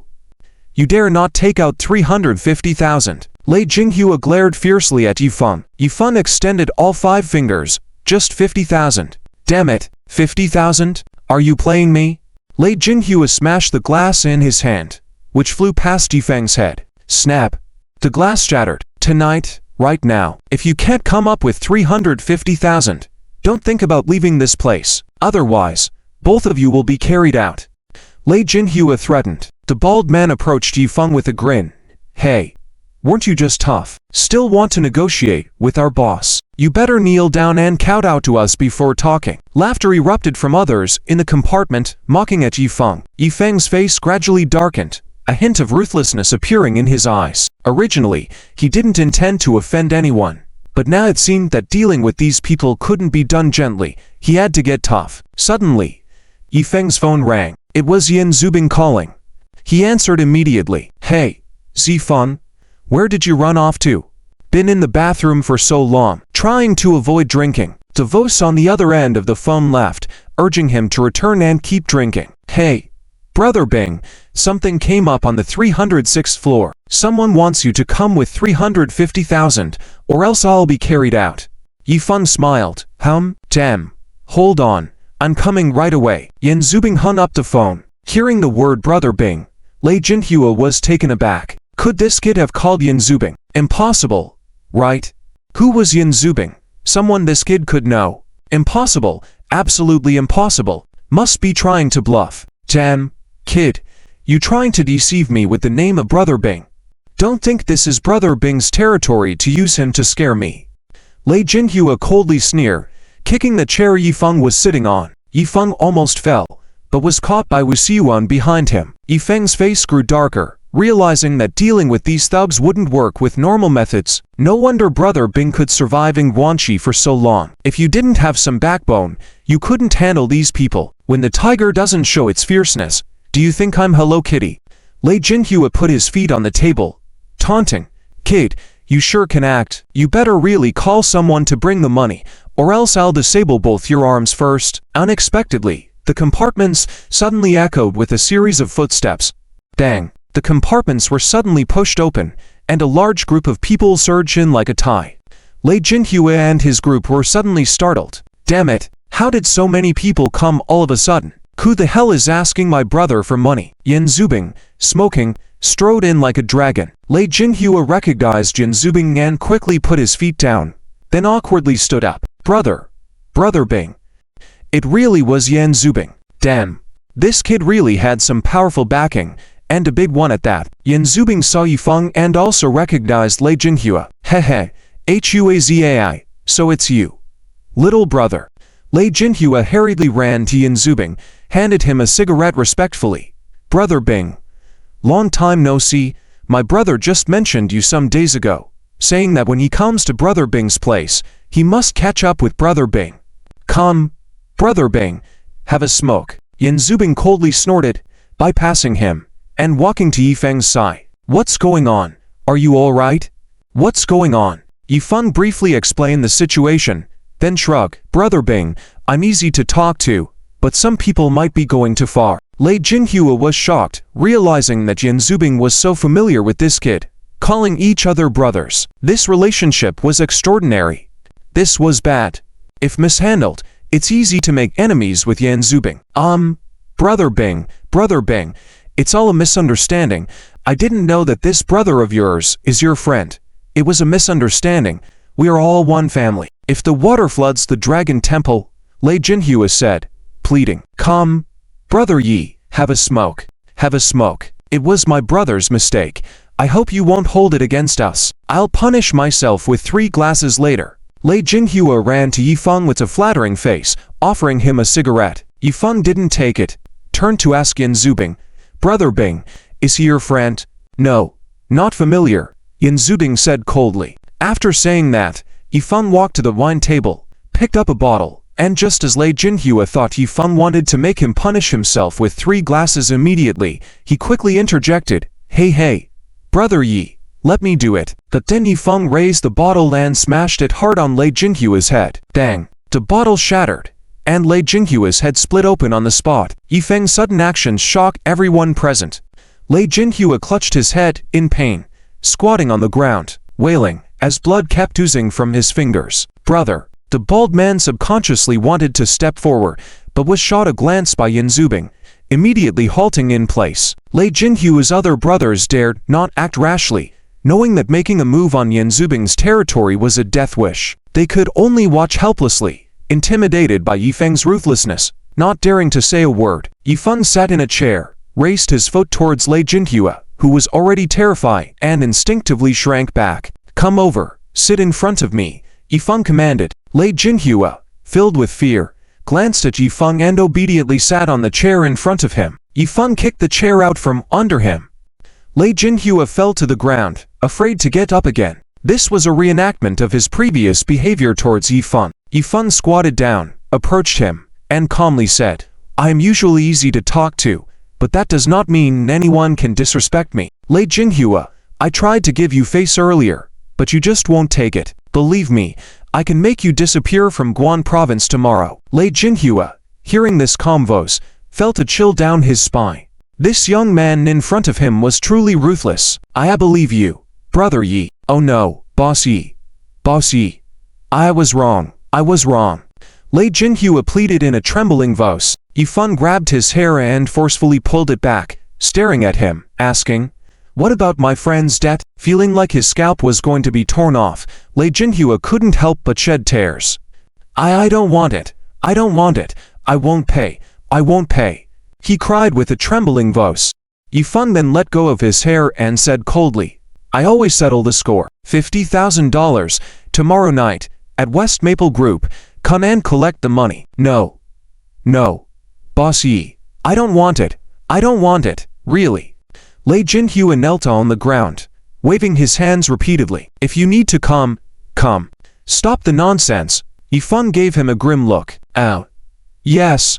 Lei Jinhua nodded in confusion. Yan Zubing, watching Yifeng's actions, showed an expression of approval. Sometimes, dealing with these people required firmness, using strength and ruthlessness to make them fearful, which was a lasting solution. Yifeng offering Lei Jinhua a bottle of wine just now was to squash any resentment at its inception, making Lei Jinhua too scared to harbor any thoughts of retaliation.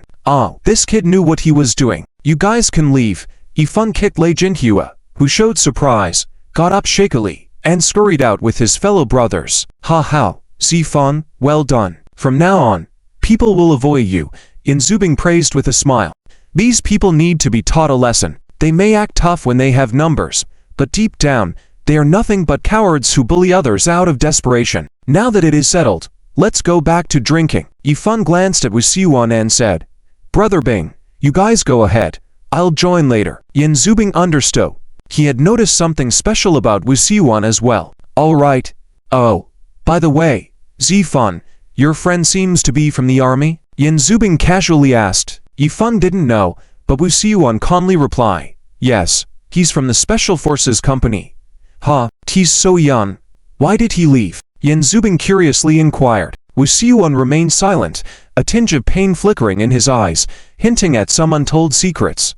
Well, if you don't want to say, it's fine. I'm going to drink. Yan Zubing shrugged and left with his men. Soon, there were only Yifeng and Wu Siyuan left in the private room. Thanks, Wu Siyuan murmured after a moment of silence. No need for thanks. You helped me, and I helped you. We're even. Yifeng smiled. No. I still owe you money. 50,000. Wu Siyuan said seriously. Just 50,000. No need to pay me back. Consider it a favor returned. Yifeng said, indifferently. 50,000 was a drop in the ocean for him. Wu Siyuan shook his head and insisted, I don't want to owe anyone money. I can work for you to repay the debt. After a pause, he added, you can deduct it from my salary, even if it's for cleaning. Yifeng chuckled. After some thought, he said, my company doesn't need cleaners, but it does need security personnel. I see you're agile. Since you're from the army, I'd like to hire you for my security company. Wu Siyuan hesitated. Is there a salary of 500 a month? This caught Yifeng off guard. 500? Is it too high? Okay, 400 then, but no lower. Wu Siyuan pressed on earnestly. Yifeng couldn't help but smile. Even the janitors in his company earned more than 500 a month. In the current job market, finding a job was already fortunate. Factories paid around 700 to 800 a month, not including meals. Slightly better jobs paid around 1,000, which was the average monthly wage in Guangzhou. Yifeng held up 5 fingers and smiled. You'll be the training supervisor for the security company, with a monthly salary of 5,000, including meals, accommodation, and transportation. How? F5,000? Wu Siyuan widened his eyes, hardly believing the salary offer. 5,000 was a salary level for executives, even managers. Are you joking? Wu Siyuan asked incredulously. Yifeng, with a serious expression, reply, do I look like I'm joking? Am I worth that much? Wu Siyuan doubted himself. Yifeng laughed and said, I think you are, so you are. Wu Siyuan immediately said, without hesitation, then, I'll take it. A job with a 5,000 salary, with meals, accommodation, and transportation, was not something to miss. Hard work was necessary to not disappoint the generous pay. Ha ha. Good. Suyuan, welcome to West Maple Group. Yifeng reached out his hand. Wu Siyuan glanced at his own hand, wiped it on his clothes, then shook hands with Yifeng. Thank you. I will do well as a security guard. Yifeng shook his hand, and jokingly said, well, this job is similar to a security guard, but not exactly. It's more like a personal bodyguard. Wise Guard's security company's main tasks include ensuring security in West Maple Group stores and providing security services to individuals or businesses. Remember, starting now, you're the training supervisor for the security company and a trainer for the employees, Yifeng said, as Wu Siyuan seemed to understand. After some thought, Wu Siyuan said, so, it's like a security guard coach. Subtle pause was followed by him saying sternly, Boss, I will strive to better understand and perform well. When can I start working, boss? Yifeng smiled. Report to West Maple Group at 8 in the morning tomorrow to collect your personal uniform. That's when you start. Got it. Wu Siyuan automatically stood at attention, his arm starting to salute before freezing, then lowering it. This action was purely subconscious, a reflexive response to a command. Though he forgot he was not in the army anymore, Yifeng noticed but felt reassured by this instinctual obedience. Where do you see yourself in the future, Suyuan? The question left Wu Siyuan puzzled, unsure of how to respond. Yifeng patted his shoulder, reassuring. No need to rush with your answer if you're not clear yet. I believe that in the future, you will confidently answer that question, Yifeng said, encouragingly. Yes, boss. Wu Siyuan lowered his head with a tinge of embarrassment. Once, he had also pondered this question. Back when he was in the army, his thoughts were simple. He just wanted to be a good soldier, an all-round excellent soldier. But that seemed insufficient now. After coming out, he found himself disconnected from society, lacking any work skills except for manual labor or street vending. He couldn't think of any other way out. When a person loses their original goal, they find themselves lost and unable to imagine what kind of person they will become. This question, for him at this moment, he truly couldn't answer, not knowing how to answer. Don't feel embarrassed. Everyone experiences moments of confusion like this. It's normal, Yifeng comforted with a smile. It's getting late, and you have to report to the company tomorrow. Go back and rest early. Yifeng took out his wallet, pulled out a stack of $100 bills, and handed it to him. Take this money first. Prepare for the upcoming new year. Have a good year. Boss, I can't accept this. Wu Xiuan directly refused. Yifeng frowned and said, this is an order. Take it. Wu Xiuan then reluctantly accepted the money, holding it tightly in his hand, his eyes turning red. All right, go back early. Yifeng smiled, patted his shoulder, turned and left. Wu Xiuan stood at attention and replied, yes, boss. As Yifeng reached the door, Wu Xiuan called out, boss, I have a request. Yifeng turned back, puzzled, and asked, what request? I have two brothers, can they also join the company? Wu Xiuan cautiously asked, afraid his request was unreasonable. Yifeng smiled and asked, are they also from the army?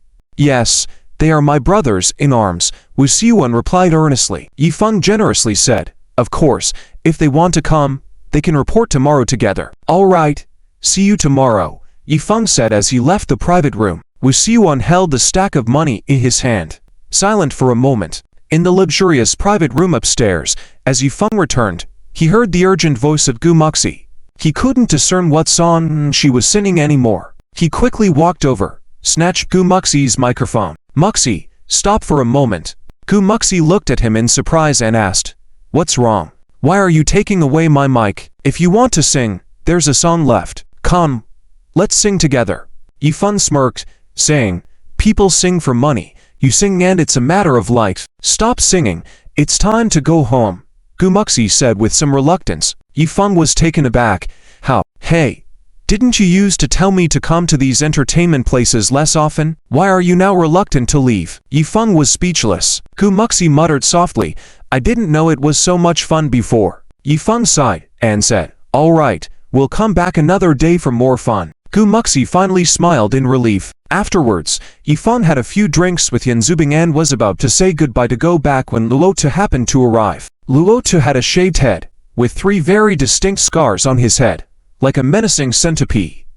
Upon closer look, his neck and arms also had many healed scars, all from knife wounds. Luotu's whole appearance became even more terrifying and intimidating, likely to scare children on the street. With a bald head and scars all over, anyone would feel a chill down their spine. Yizong, don't be in a rush to leave. I just arrived. Why are you leaving? Luotu warmly grabbed Yifeng's arm and said, come, let's have a few more drinks. Yifeng asked with concern, are your wounds alright now? Oh, they're long healed. I can eat and drink now.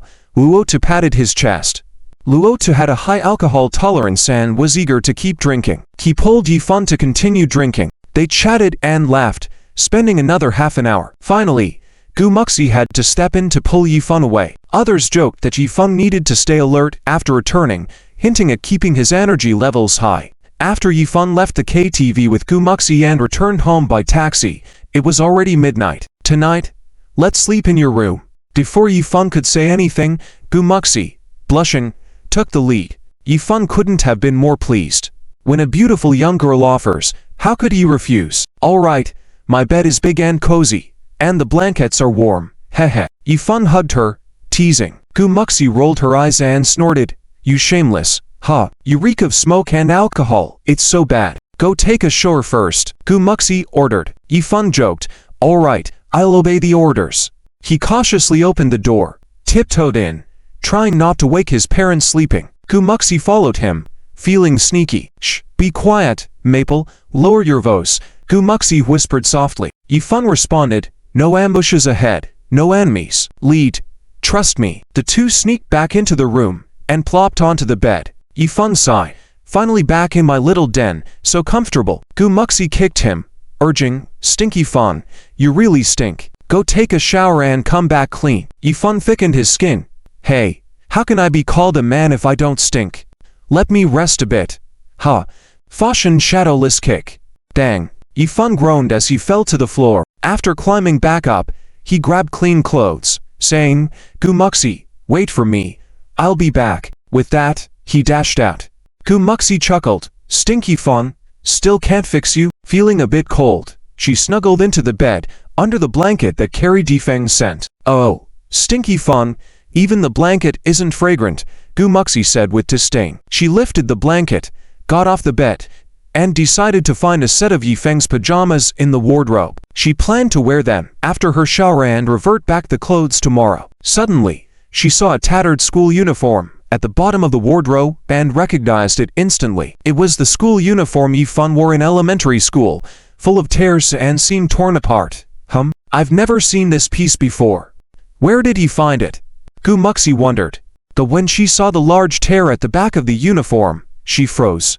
Memories flooded back. She remembered that year when she and Yifeng had just started first grade. It was a summer evening after school. She was being bullied by 5 male classmates, and despite her attempts to fight back, she couldn't match them. Yifeng saw the distress and charged in, pushed them away, then tightly hugged her to protect her. The boys tried to fight him, tore his school uniform, leaving bruises on him. Despite this, Yifeng shielded her, making sure she wasn't hurt. After the bullies left, Yifeng let her go, but he collapsed on the ground. She cried loudly, and naively asked Yifeng, "Why did you save me?" Yifeng earnestly replied, "Because you are my sister." She stopped crying and choked. "No, I'm not. You promised to marry me." Gumuxi recalled that scene from the past, and a smile sweetened her lips. She was also influenced by it at the time. Later, Guxingzhang sent her to learn judo, and she became very enthusiastic about it. She wanted to avoid being bullied by male classmates in the future, and it was her turn to protect Yifeng. Ever since she learned judo, she hardly lost any fights, and occasionally even helped Yifeng beat up people. No one dared to provoke her at school. Why is this guy still keeping this clothing? It must be for sentimental reasons, Gumuxi thought as she held the clothing, feeling warmth in her heart.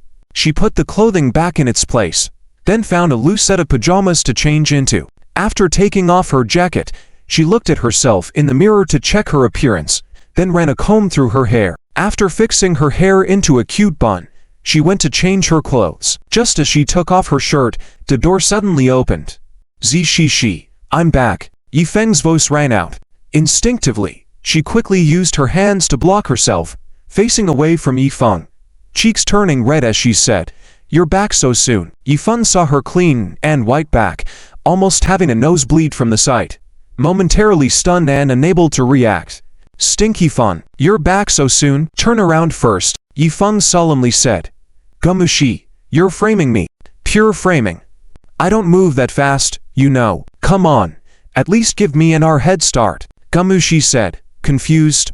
"Huh, what our head start? Turn around quickly. I need to change clothes," Gumuxi said, blushing. Yifeng chuckled, turned around, then covered his eyes with his hands, saying, "Okay. Not only did I turn around, I'm also covering my eyes. You can change now. I am so honorable, you must believe me," Gumuxi scoffed, saying, "Trust you. My foot. No peeking." "Okay." Yifeng slightly opened his fingers and stared straight, saying, "Rest assured, I will never peek. I am a person of integrity." "Really?" Gumuxi said doubtfully. "More than gold," Yifeng responded seriously. Gumuxi then slowly turned around, picked up the pajamas on the bed, and put them on. However, all of this had already been seen clearly by Yifeng. With his eyes wide, saliva almost spilling out, he said, "As they say, viewing a landscape horizontally leads to varying peaks. Near and far, high and low are all different." When Gumuxi looked up, she happened to see Yifeng's eyes peeking through his fingers. "All right. Stinky fun, you lied to me. You said you wouldn't peek." Gumuxi, blushing, ran over and used her small fist to lightly knock on Yifeng's chest. Shh. Hold on, my parents could hear us." Yifeng dodged, finding an excuse to laugh. Gumuxi didn't want to cause too much of a disturbance, so with a red face, she glared at him and said, "HMPH. I'll come back to deal with you after I take a shower." With that, Gumuxi turned and swiftly left the room. Yifeng chuckled. "This girl. We've been together for so long, and she still gets shy so easily, so cute." Typically, girls take at least half an hour to shower, especially beauties like Gumuxi, who would take at least an hour. Yifeng lay on the bed, initially excited, but as he waited, he grew sleepy and unknowingly fell asleep. When Gumuxi returned, she could hear Yifeng's light breathing. "Stinky Feng, are you asleep?"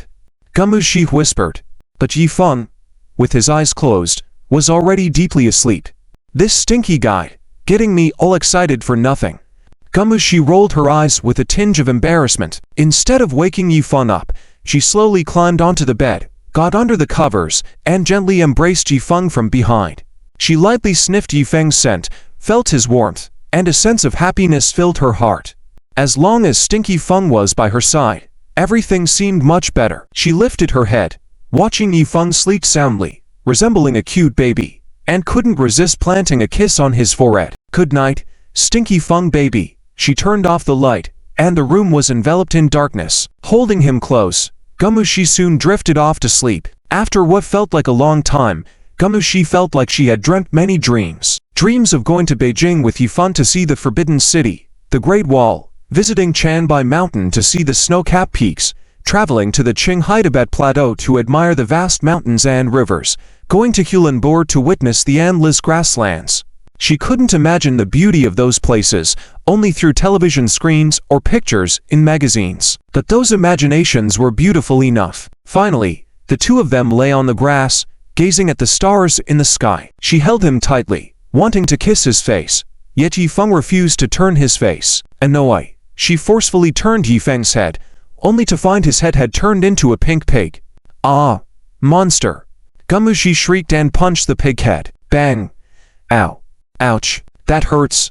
A painful yelp resounded, jolting her awake from the dream. Gumushi looked at the ceiling, slapped her face, and let out a relieved sigh. Phew! It was just a dream. Huh.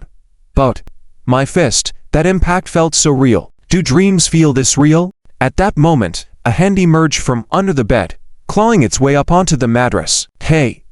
Gumushi, why did you punch me? What did I do to provoke you again?" Yifeng struggled to climb up from under the bed, his nose dripping blood. He wiped it off, seeing the blood, and exclaimed, "Oops, I'm bleeding." Was this girl fighting a monster in her dream? So ruthless. Seeing his condition, Gumushi quickly apologized. "Oh, sorry, poor Stinky Feng, are you okay? I feel dizzy. I need to lie down." Yifeng laid on the bed, then held his head, saying, "Oh, I'm dizzy. I'm thirsty. I want some water." Feeling guilty, Gumushi got up quickly to pour him some water and handed it to him. "My hand doesn't have strength. I want to be fed." Yifeng opened his mouth, pretending to be weak. "Fine, I'll feed you. Okay?" Gumushi pouted, feeding him water herself. After drinking, Yifeng suddenly shouted, "Oh, my waist seems to be injured. I feel uncomfortable all over my body, especially my calves. Yes, there." Yifeng feigned weakness. Gumushi squinted suspiciously, feeling that something was off. Could this Stinky Feng be playing a trick on her? She decided to press on Yifeng's calf with force. Ouch! Yifeng sprang up like a cold spring, standing on one leg, hopping around, hands massaging the other leg. "Gumushi, you're abusing a patient." Gumushi acted surprised, laughing in Cantonese. "Oops, sorry for that. Once I'm done pressing, sir, you must be obedient and sit down." "No, I don't need you." Yifeng hurriedly jumped off the bed and tried to escape. But as he opened the door, there were two people standing right at the door, seemingly about to knock. Startled, Yifeng's eyes went wide, looking confused. Mom, Dad, Gumushi. What? You two." Meng Xiaoyun looked at the two of them in astonishment. "Mom, last night, we went out to have fun, came back late, and then that happened." Yifeng introduced with a thick face. He felt it didn't matter, as both his dad and mom were open-minded people who should be able to understand. "Uncle, Aunt, good morning." Gumuxi blushed, hiding under the blanket and refusing to come out, even feeling so embarrassed that he wanted to burrow into the covers and build a great wall with his toes. Meng Xiaoyun appeared to understand suddenly and smiled happily. "Oh, Muxi, I get it. I was just about to call Zifeng to wake up for breakfast. But since you're also here, there's no rush. You can wake up whenever you want. No hurry. You guys continue to rest. Your uncle and I will go prepare some dishes." With that, Meng Xiaoyun pushed Yi Jianjun. "Old man, let's go. Let's not disturb the young couple's world." Yi Jianjun muttered something to Yifeng. "Kid, take it easy if you don't want to become a dad so soon." Meng Xiaoyun glared at him and said, "Hey, Why are you so talkative? Isn't having a grandchild a joke? Hurry up. The two of them left pushing and shoving, and Yifan immediately closed the door behind them. All right, Muxi, now that they're gone, you have to get up for breakfast too, right? Yifan teased. Muxi blushed, glared at Yifan, and said in embarrassment, "You rascal, it's all your fault. Come on. Why did you have to sleep here and have such bad luck? Oh, this is so awkward." Yifan defended. Hey, Muxi, that's because you're too thin-skinned. But anyway, I don't care. Muxi's eyes curved into a cute crescent shape as he asked softly, "Really don't mind? Then next time, would you be willing to spend the night at my place?" Yifan straightened his chest and said seriously, "I will if you dare me to. What's the big deal? Whoever chickens out is a coward." Muxi lifted the covers, sat up, and said, "All right, it's a deal. Whoever chickens out is a coward. And also, the loser has to treat the other to an ice cream for a month." "No problem, Muxi. The challenge is accepted. You can come at me whenever you want. Bring it on." Yifan struck a challenging pose. Muxi covered her mouth and chuckled. HMPH, just you wait. When the two went to have breakfast, their parents were already not at home, seemingly deliberately clearing space for the two of them to create their own world. Yifan could understand his mom's desire for a grandchild, but these things still depended on fate. When the time was right, it would happen. After breakfast, Muxi had to return to work on the VO's design, while Yifan had to go out to visit an elder named Jiboen. Last time, Jiboen's secretary had mentioned that if Yifan had the time, he could visit Jiboen, so Yifan made arrangements for that day. Yifan first went to buy gifts, not many things, just some valuable supplements, tea leaves, and toys for children like tanks, tow guns, etc. Bozue had mentioned Jiboen's grandson, who was his favorite. Yifan remembered that, so he bought some fun toys to take with him. Having bought all the gifts, Yifan drove to Jiboen's house. In the residential compound of the municipal government, Jiboen strolled leisurely back home with a newspaper in his hand. "Ah, Mayor Ji, you're back so early today. Haven't finished morning tea yet?" A neighbor greeted him. "Hey, I have a guest today, so I won't linger for long," Jiboen replied with a smile. "Oh, okay. I won't bother you then." The old man smiled and left. As the holiday approached, guests at the mayor's house were bound to be in a constant stream. Visiting superiors and old leaders at the end of the year had become an implicit rule within the system. Back home, Jiboen changed into slippers. "Dear, make more food today. Who's coming to visit again?" These days have been really busy. An elderly woman with gray hair and wearing reading glasses sat on the sofa helplessly. She was Jiboen's wife, Lao Ying. "It's been so many years, you should understand. I used to visit other leaders at the end of the year too. It's about mutual relationships," Jiboen said with a smile. "I know, but drink less. I'll go cook now." Lao Ying got up, walked to the kitchen, put on an apron skillfully despite being 50 years old, and got to work. At that moment, a 7 or 8-year-old boy ran out of the room with a painting in hand. "Grandpa, how's my painting?" The painting depicted a countryside scene, with crooked lines conveying a child's innocence. "Ha ha. Not bad, not bad. Xiaoji, great job." Jiboen patted his head affectionately and praised. Just then, Jiboen's phone rang. He picked it up and answered. "Hello, this is Jiboen." "Oh, hello, Chief Ji. This is Teo Kaiwan." Shout out. A respectful voice came from the other end of the phone. Jiboen exclaimed. "Oh, it's you, Kaiwan. It's been a while. How's work going?" "Smoothly, I hope." Teo Kaiwan used to be one of the department heads under him during his time as the head of the Economic and Trade Commission. They would contact once or twice a year, and Teo Kaiwan had been promoted when Jiboen helped him with a job transfer in the middle of the year. "Well, thanks to your guidance, work is progressing smoothly. It's my fault. I was transferred to a new place and was busy with work, couldn't sort things out, didn't know how to report to you. Now, it's the end of the year, and I came up to report to you in person." Teo Kaiwan's voice carried some apology. Jiboen couldn't help but chuckle and said, "You don't have to report to me. I'm not your direct superior now." "Oh, Chief Ji, you'll always be my leader. I'll never forget your guidance." Teo Kaiwan replied respectfully. All right. There's no need to mention that. I acknowledged your work capability. As long as you don't embarrass me, Ha ha ha. Ji Bowen laughed. Of course. Chief Ji, you're always my leader. Me coming to visit you is a sign of respect, Teo Kaiwan said solemnly. Ji Bowen agreed. Well, since you've specially come to visit, I'll make time for you. It's almost New Year's, and I'm not that busy. Okay.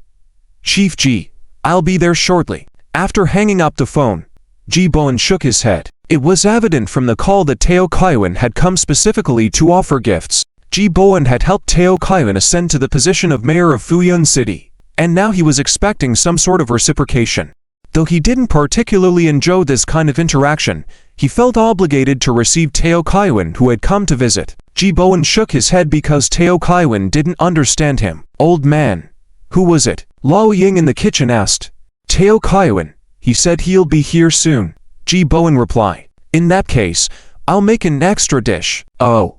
By the way, old man, isn't there another young man coming to visit? He said he'll be here by 12, so he should arrive soon. Ji Bowen filled the kettle with hot water, washed the tea utensils, and prepared to make tea. Shortly after, a knock on the door was heard. Ji Bowen thought Yi Feng had arrived and called out, "Come in, just a moment." He went to open the door, expecting Yi Feng, but it was Teo Kaiwan who arrived first. Teo Kaiwan, short in stature, Mediterranean in appearance, wearing glasses, protruding belly, slightly chubby, with a face full of smiles, looked a bit like Matrai. Ah, Chief Ji. Good day. I've come to wish you an early new year. Ji Bowen saw Teo Kaiwan, and his smile froze for a moment. He said, All right, you're thoughtful. Come on in and have a seat. Ah, Chief, I've brought you a little gift, Wulianji liquor and a small jar of tea leaves. These tea leaves are a specialty of Fuyun City, and I specifically brought them for you to try. Teo Kaiwan respectfully said, Just coming to see me is enough. No need for gifts. You have to pay attention to discipline.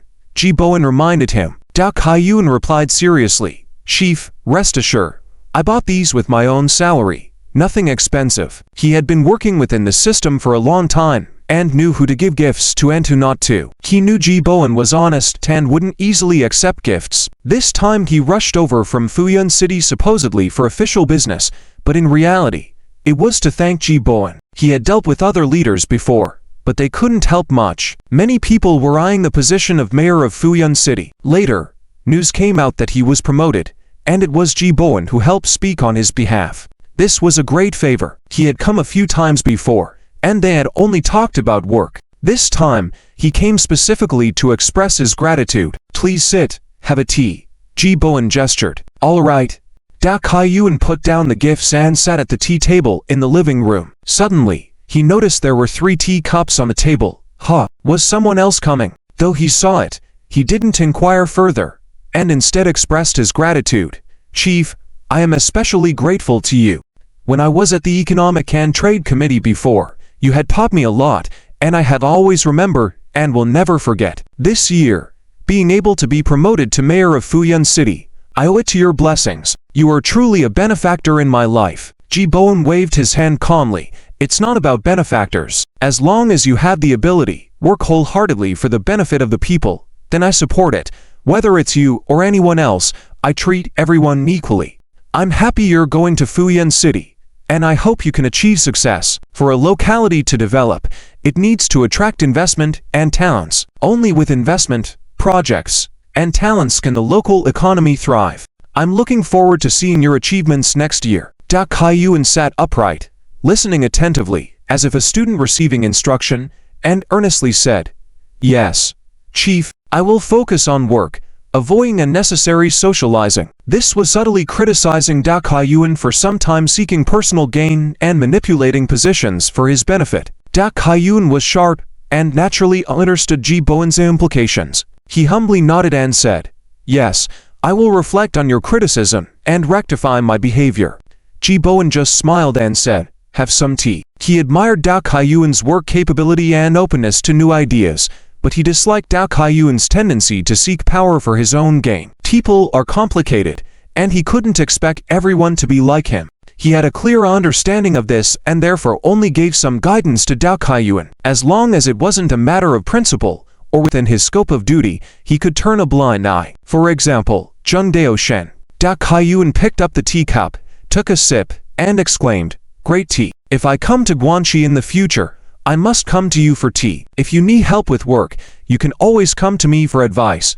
I have plenty of tea here," Ji Bowen said with a smile. In essence, this meant that if it wasn't work-related, Da Kaiyuan shouldn't come, but if it was, he could come any time for discussion. Unspokenly, Da Kaiyuan understood the implication and awkwardly smiled, nodding repeatedly. "Yes, you still care about me." He glanced at the teacups on the table and changed the subject, asking, "Chief, are there more guests coming later?" "Yes, a young talent, very promising and talented youth." Ji Bowen laughed. Da Kaiyuan was surprised. Who was this extraordinary person that the chief praised so highly? He had never seen Ji Bowen speak so highly of a young person before. Curious, he asked, "Oh, who is this young talent, Chief? Do I know him?" Ji Bowen waved his hand, smiling. "You probably don't know him. You'll meet him when he arrives." At that moment, there was a knock on the door. "Ah, speak of the devil, and he's here." Ji Bowen was about to get up to open the door when Da Kaiyuan hurriedly stood up. "Chief, please sit. I'll go and open the door." Da Kaiyuan rushed to the door and saw a young man in a black casual jacket with a clean and handsome face. This person exuded a scholarly aura. "Hello. I'm Yifeng. Is this Mayor Ji's house?" Yifeng politely bowed and asked, "Yes. You're the young visitor here to see Mayor Ji, right? Please come in." Da Kaiyuan stepped aside, letting him in. "Thank you," Yifeng said gratefully, entering with his gift. "Ha ha. Yifeng is here. Come man, sit." Ji Bowen warmly welcomed him with a smile. Observing this, Da Kaiyuan couldn't help but be surprised. Who was this young man? What made the chief value him so highly? Could this young man be from the provincial government? "Mayor Ji, I wish you an early happy new year and hope for your good health and all the best." Yifeng smiled and placed the large and small gifts on the table. "It's fine for you to just come. Why bring so many things?" Ji Bowen shook his head and chuckled. "These are all New Year goods given by the company. I can't use them all myself, so I brought them to you. I hope you don't mind." Yifeng explained apologetically. "New Year goods? Well, that's fine. Come, have some tea and take a rest," Ji Bowen said, looking somewhat enlightened. But as he casually glanced at the things in the bag, ginseng, lingi powder, longjing tea, and pu'er tea, they looked quite expensive. "This kid is quite slick. These items are quite valuable. Is he trying to fool me with this excuse?" He saw through Yifeng's excuse at a glance, but he didn't expose it because Yifeng was different from Da Kaiyuan. Yifeng was an entrepreneur, a businessman. As long as it was not money, antiques, or shopping vouchers, a bit of health supplements and tea leaves wouldn't matter. But Da Kaiyuan worked within the system, with a not very high salary. If the things he received were expensive, it might make him uncomfortable. "All right, Mayor Ji, here are a few toes for kids. See if your grandson likes them." Yifeng took out the toes. Little Ya heard there were toes, rushed out, and upon seeing the tanks, airplanes, and tow guns on the table, exclaimed in excitement, "Wow, so many toes. I love them. Grandpa, can I play with them?" Ji Bowen said with a stern face. "These are all given to you by Uncle Yi. If you want to play, shouldn't you thank Uncle Yi first?" Little Yao obediently stood in front of Yifeng and bowed, saying, "Thank you, Uncle Yi. Uncle Yi, can I take them to play?" "Ha ha, of course. These are gifts from Uncle to you. Go ahead and play." Yifeng patted his head.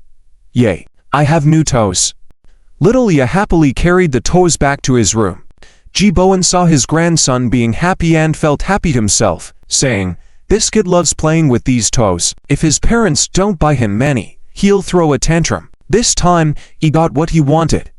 Look at how happy he is. "Thank you. Little Feng, come, have a seat," Yifeng humbly said. "Oh, it's just a few toes for the child. If he likes them, I'll bring him some more fun ones after the new year." "Ha ha. No, you can't. If he plays with toes all the time, he won't study." Ji Bowen waved his hand. Da Kaiyuan saw the two of them chatting and laughing, being so friendly, and became increasingly puzzled and shocked. Who is this young man? The old leader seems to really appreciate him. The three sat down at the tea table. Ji Bowen first introduced Da Kaiyuan to Yifeng, saying, "Little Feng, come, meet the new mayor of Fuyuan City, Da Kaiyuan, my former subordinate, but now he doesn't report directly to me." Da Kaiyuan reached out his hand, smiling. Hello, little brother. How should I address you? Hello. Mayor Dao, I'm Yifan. You are a senior. Calling me Little Fun is fine. Yifan shook his hand, speaking in a balanced manner. Ji Bowen spoke loudly. Hey, Kaiyuan. Little Fun is quite a well-known businessman in Guangxi City, the owner of Zifeng Group. He's young and has assets worth over 100 million. My goodness, the owner of a group enterprise. Assets worth over 100 million. Dao Kaiyuan was greatly shocked by the news, looking at Yifeng in disbelief. Yifeng only looked like he was in his 20s, giving the impression of being a college student, yet he turned out to be the owner of a group enterprise. Unbelievable. Mayor Ji exaggerates. My company is still a startup company and needs the care and support of leaders like you. Yifeng humbled himself. Ji Bowen poured him some tea and teased. Little Fun. Maybe that's true for Kaiyuan, but not for me. Your Zifeng Group has become a major taxpayer in Tian District. Judging from your tax situation, it's not much different from those big enterprises valued at tens of billions. Your profitability and profit growth are even stronger. Yifeng chuckled awkwardly, not expecting Ji Bowen to pay attention to the group's tax situation. Indeed, based on the tax growth of Zifeng Group, one could deduce the operational income and revenue growth, something Ji Bowen couldn't miss. It's all thanks to your support for our company. Otherwise, we wouldn't have achieved such results. Yifeng smiled and attributed the credit to Ji Bowen. Stop flattering me. I'm really concerned about the situation at the logistics park, which is an experimental field that drives a lot of employment opportunities. If you manage to do it well and make it a benchmark, it would be a great contribution to Guangxi City, Ji Bowen said with a serious expression. Certainly. Mayor Ji, rest assured, after the new year, the logistics park will start construction. It is estimated to only take 6 to 8 months to complete construction, and once it's finished, it can be put into operation officially. Yifeng said in all seriousness. The construction cost of the Zifeng Logistics Park is not high. The land was purchased from the city at an extremely low price, with construction funding support and tax incentives in the later stages. These were the conditions previously negotiated by the two. That's good news. Without any obstacles from Zhengdao Shan, the Zifeng Logistics Park can smoothly start construction, Ji Bowen said, taking a sip of tea. By the way, how is the progress of the garment factory development in Tian District? Yifeng replied. It's already in the group's planning process. We plan to invest 13 million to establish 3 production lines, employing approximately 1,100 people. It's targeted towards the employees of the former rolling steel plant, using existing factory buildings for renovation, and it will be operational at the beginning of next year. Well done. It solves many problems of the steel plant, allows workers to get re-employed. We depend on you. Ji Bowen praised. Dao Kaiyuan listened to their casual conversation, becoming more shocked. This young man could discuss business with the old leader so casually, a psychological temperament that not just anyone could possess. Moreover, from what he heard from Yifeng, the Zifeng Group was planning something significant. For one enterprise to build its own logistics park was quite rare. Generally, projects like logistics parks are mainly taken on by institutional units with financial capacity and planning capabilities. Indeed, Little Fun, you are truly outstanding at a young age. Having achieved such a big business at your age really is unbelievable. Dao Kaiyuan inserted at the right moment into the conversation, praising him. Mayor Dao overpraises me. It's all thanks to Mayor Ji's guidance. Without Mayor Ji's supportive policies, it would be very challenging for Zifeng Logistics Park to invest and build. Yifeng responded truthfully. Haha, that's your opportunity. You have to have the ability to seize opportunities. Otherwise, you can only watch them slip away. Dao Kaiyuan drank some tea and then continued to ask, Little Fun, does Zifeng Group have any intentions to develop in Fuyun City? Ji Bowen just listened and smiled without saying a word. Dao Kaiyuan was using this opportunity to attract investment for himself, but whether Zifeng Group would go or not was up to Yifeng to decide. He couldn't interfere or persuade him. Business development and local development, talent reserves, resource environments are all closely related, and Yifeng would surely have his considerations. Yifeng pondered for a moment, then smiled and said, Fuyun City, yes, indeed has great investment potential, but our company is still small in scale. It might be difficult for us to divert our focus to expanding our business. This polite refusal was very clever. It wasn't a rejection of investment, just a matter of the company being too small to invest. Not a problem with Fuyun City itself. This was a way of gracefully saving Da Kaiyuan face. Upon hearing this, Da Kaiyuan's eyes showed a hint of disappointment, and he chuckled, saying, "Well, if Zifeng is interested in investing, we are always welcome anytime. We will actively play the role of business service providers, serving every investing company well." Ji Bowen then chimed in, explaining, "Zifeng, Fuyun Mountain is abundant in resources, but lacks land. Apart from mineral resources, there aren't many other development opportunities. The situation is quite challenging. Now, Kaiyuan is everywhere trying to find opportunities for Fuyun City." Yifeng naturally understood that Dao Kaiyuan's performance was largely dependent on Fuyun City's economic development. Dao Kaiyuan's active solicitation of investments was also reasonable. However, Yifeng currently lacked much desire to invest in third or fourth tier cities, which was determined by population and consumption capacity. The first 10 second tier markets were still undeveloped, untapped gold mines. Nevertheless, when it came to the development of Fuyun City, Yifeng did think of a project, an essential project carefully planned for the future. That project played a crucial role in Fuyun City's development. However, the project was proposed around 2006, planned and constructed in 2009. By then, it was considered somewhat delayed, and Fuyun City had missed out on many opportunities. Dao Kaiyuan wryly smiled and said, "Indeed, one has to actively seek opportunities. It's just that I currently don't have any leads and don't know where to start. I just discussed this with our former leader. Our former leader is also aware of my difficulties." After pondering for a moment, Yifeng said, "Mayor Dao, I do have some thoughts on the development of Fuyun City." "Oh. What thoughts, Zifeng? Feel free to speak your mind. We can talk openly." Dao Kaiyuan eagerly asked. Yifeng turned to Ji Bowen and asked, "Mayor Ji, do you have a provincial map here? Can I take a look?" "Yes. Just a moment." Ji Bowen got up and pulled out a folded map from below the TV cabinet, handing it to Yifeng. Yifeng unfolded the map, found Fuyun City, and also saw the midstream of the Xizang River. Pointing to the location of Anliu Town near the waterway, Yifeng smiled and said, "Mayor Dao, I believe the opportunity for Fuyun City lies here." Dao Kaiyuan suddenly stood up and leaned in to see the location Yifeng was pointing at. Even Ji Bowen couldn't help but be curious and leaned in to take a closer look. "Anliu Town?" Dao Kaiyuan exclaimed in disbelief. Yifeng remained confident, nodding. "Yes. Anliu Town. It is adjacent to the golden waterway of the midstream of the Xizang River. This waterway connects the Guizhou province upstream and the Pearl River system downstream. It is also a must-pass place for vessels heading out to sea. Here, a transshipment port can be built. Fuyun New Port." Dao Kaiyuan and Ji Bowen were astounded by Yifeng's words. "Fuyun New Port? A river port?" Dao Kaiyuan exclaimed in shock, his bewilderment instantly dispelled as if a fog had cleared, feeling a sense of enlightenment. Ji Bowen's eyes gleamed with excitement, applauding. "Yes, brilliant. This location is indeed fantastic. We used to focus too much on the urban area of Fuyun City. We forgot about such excellent locations in the vicinity." Dao Kaiyuan, excitedly hovering over the map, stared intently at Anliu Town and its surroundings. "Yes, a port, a port. Fuyun City needs a port. A port.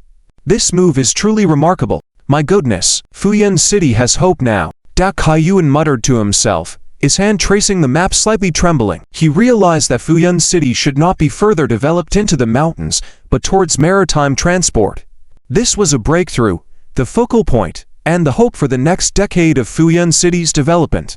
Suddenly raising his head, Dao Kaiyuan looked at Yifeng, his eyes filled with astonishment. This young man was extraordinary. His foresight was remarkable. "Zifeng, on behalf of Fuyun City, I thank you." Dao Kaiyuan held Yifeng's hands tightly, expressing his gratitude. Yifeng modestly replied, "No need to be polite.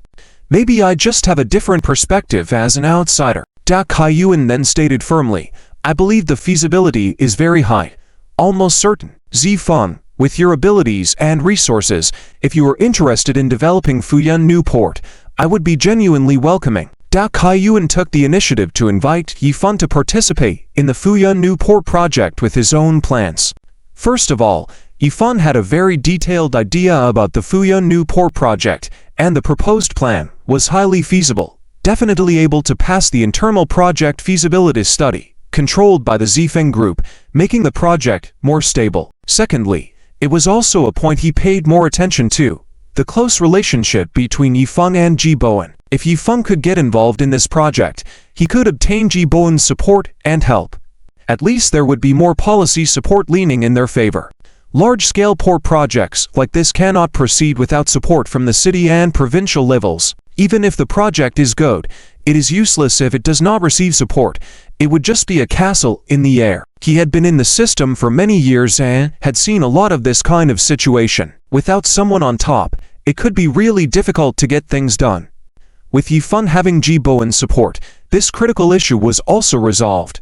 This was the reason why he took the initiative to invite Yifeng. What do you think, Xiaofeng? I think you have great ideas for this project as well. If you can participate in the port construction and operation, this project will definitely kick off. Dao Kaiyuan said earnestly. Yifeng saw that he was not joking and thought for a moment before saying, the Fuyun New Port is indeed a good project.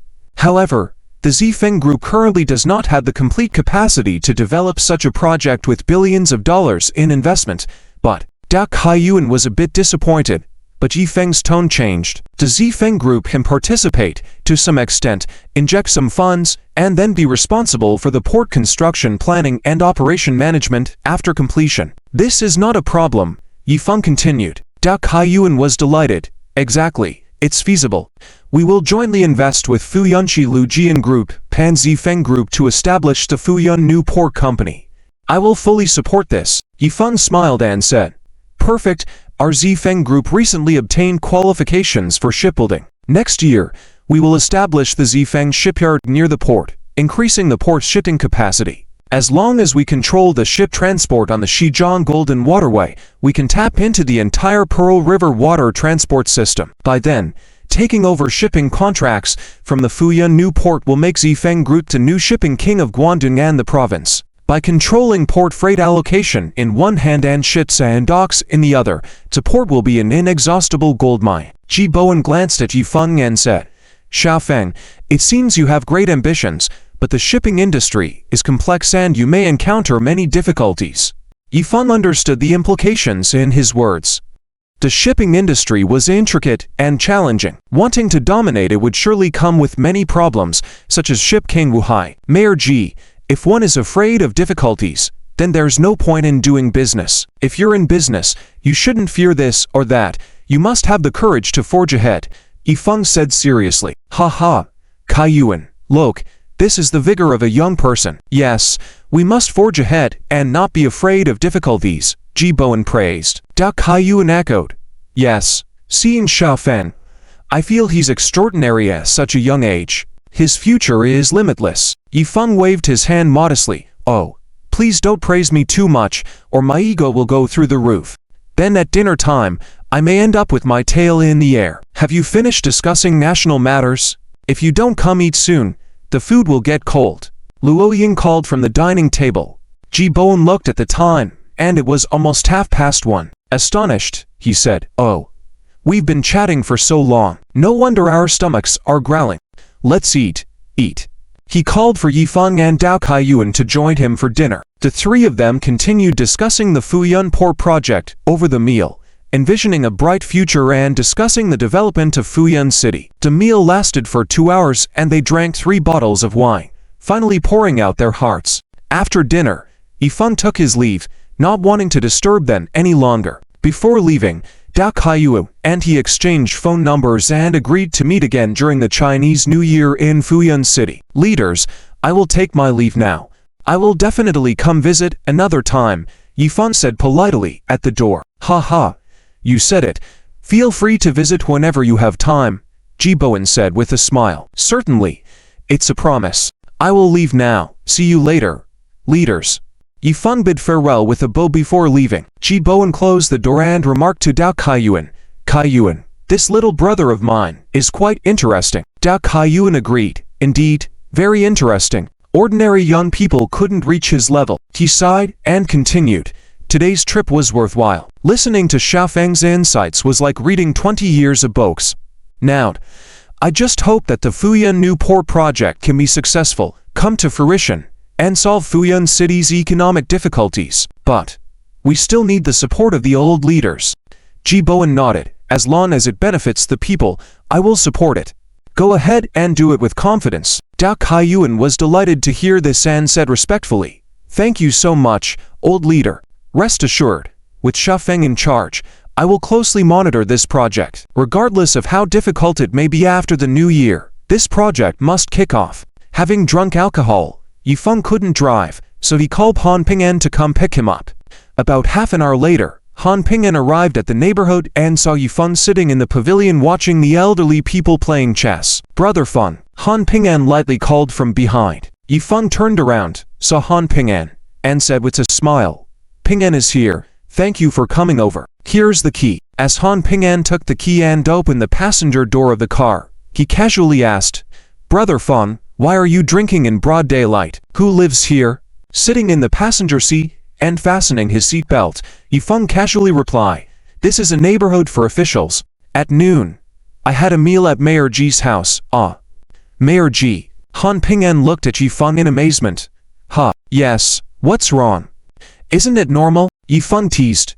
"Well, for Brother Feng, it should be normal," Han Ping'an said with a wry smile. "Mayor of Guangxi City? What kind of person was he? Ordinary people couldn't even meet him, let alone share a meal together. Being able to sit at the mayor's table meant the relationship was not ordinary. Let's drive back to the company. I have something to do tonight." Yifeng instructed. "All right." Han Ping'an started the car, and the Porsche drove away under the astonished gazes of onlookers. Inside the car, Yifeng called the manager of the Zifeng security company, Fang Yuanming. "Hello, Yuanming. General Yi, what are your orders?" Yuanming spoke directly, and noises of training could be heard in the background. "Has Wu Xiuan and the others checked in?" Yifeng asked. "Yes, the three of them have completed the check-in process, received their uniforms and supplies," Yuanming replied. "Tonight, bring all the brothers and them to the group's headquarters," Yifeng ordered. "Yes," Yuanming responded. He didn't ask any questions. Whatever Yifeng commanded, he would do. After hanging up the phone, Yifeng called Yan Zubing to have Luo come to the company and deal with Lei Jinghua's matter. Upon hearing this, Yan Zubing didn't hesitate and immediately had Luo go with people. While driving, Han Ping'an asked, "Brother Feng, how do you plan to handle Lei Jinghua?" Yifeng replied coldly, "If he's sensible, it's easy to handle. If not, I'll have Luo deal with it." In the evening, at Hua Brother Investment Company, Lei Jinghua sat there with a worried expression, smoking a cigarette. The office door was pushed open, and a middle-aged man wearing a green suit, floral shirt, and somewhat resembling Lei Jinghua walked in. Even though they looked alike, this man had a bit more of a dignified air compared to Lei Jinghua. "Brother," Lei Jinghua greeted as he stood up. This man was his older brother, Lei Jinlong. Lei Jinlong stood there with his hands behind his back, glaring at him and scolding. "Damn it, who the hell let you cause trouble at Yan Zubing's site?" Lei Jinhua hung his head and smoked, not daring to retort. Seeing this, Lei Jinlong became even angrier. He knew his younger brother very well. Although he appeared tough and ruthless on the surface, he was actually a coward at heart. When he heard about Lei Jinhua's behavior at the KTV, he felt his face was completely lost. "What about you? Huh? What can I say about you? If you don't know anything, then don't try to act so arrogant without any grounds. Is Yan Zubing someone we can provoke? Are you not afraid of death?" Lei Jinlong scolded him, pointing at his nose. Feeling unjust, Lei Jinhua mumbled, I didn't know that guy's name was Wu, and all these relationships." Lei Jinlong, frustrated by his greed, continued, "If you weren't so greedy, causing so much trouble, would they come after you with force? Use your pig brain to think. If it's a normal debt, pay it back, that's fair and square. But what's the point of being so greedy like you? If this continues, I'll be dragged down by you sooner or later."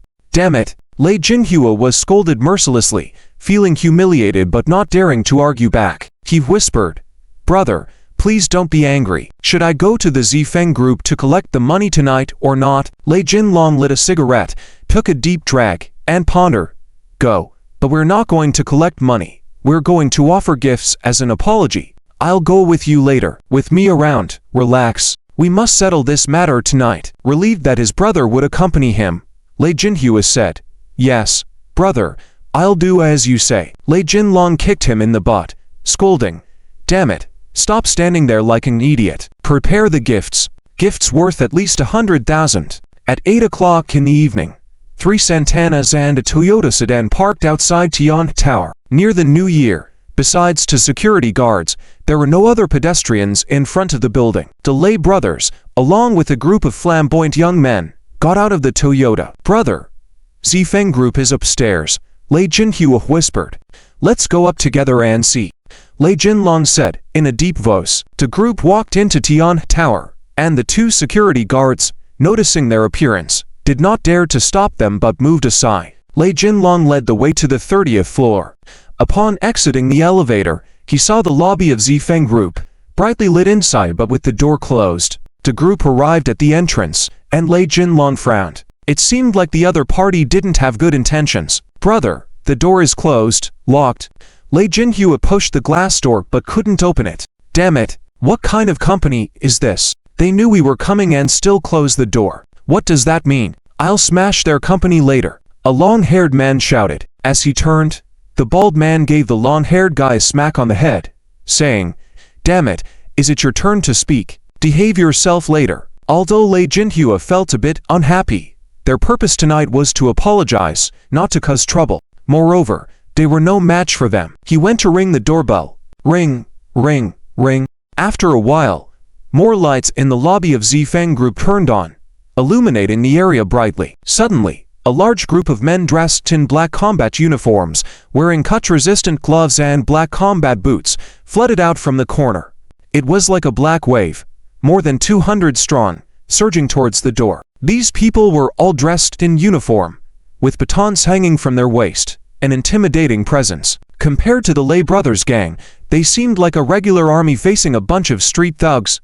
Lei Jinlong and his group were all taken aback by the sight. What the hell is going on? Lei Jinhua, seeing so many people suddenly appearing, felt his legs go weak. Stay calm. Lei Jinlong's face was also grim, but he managed to maintain some composure.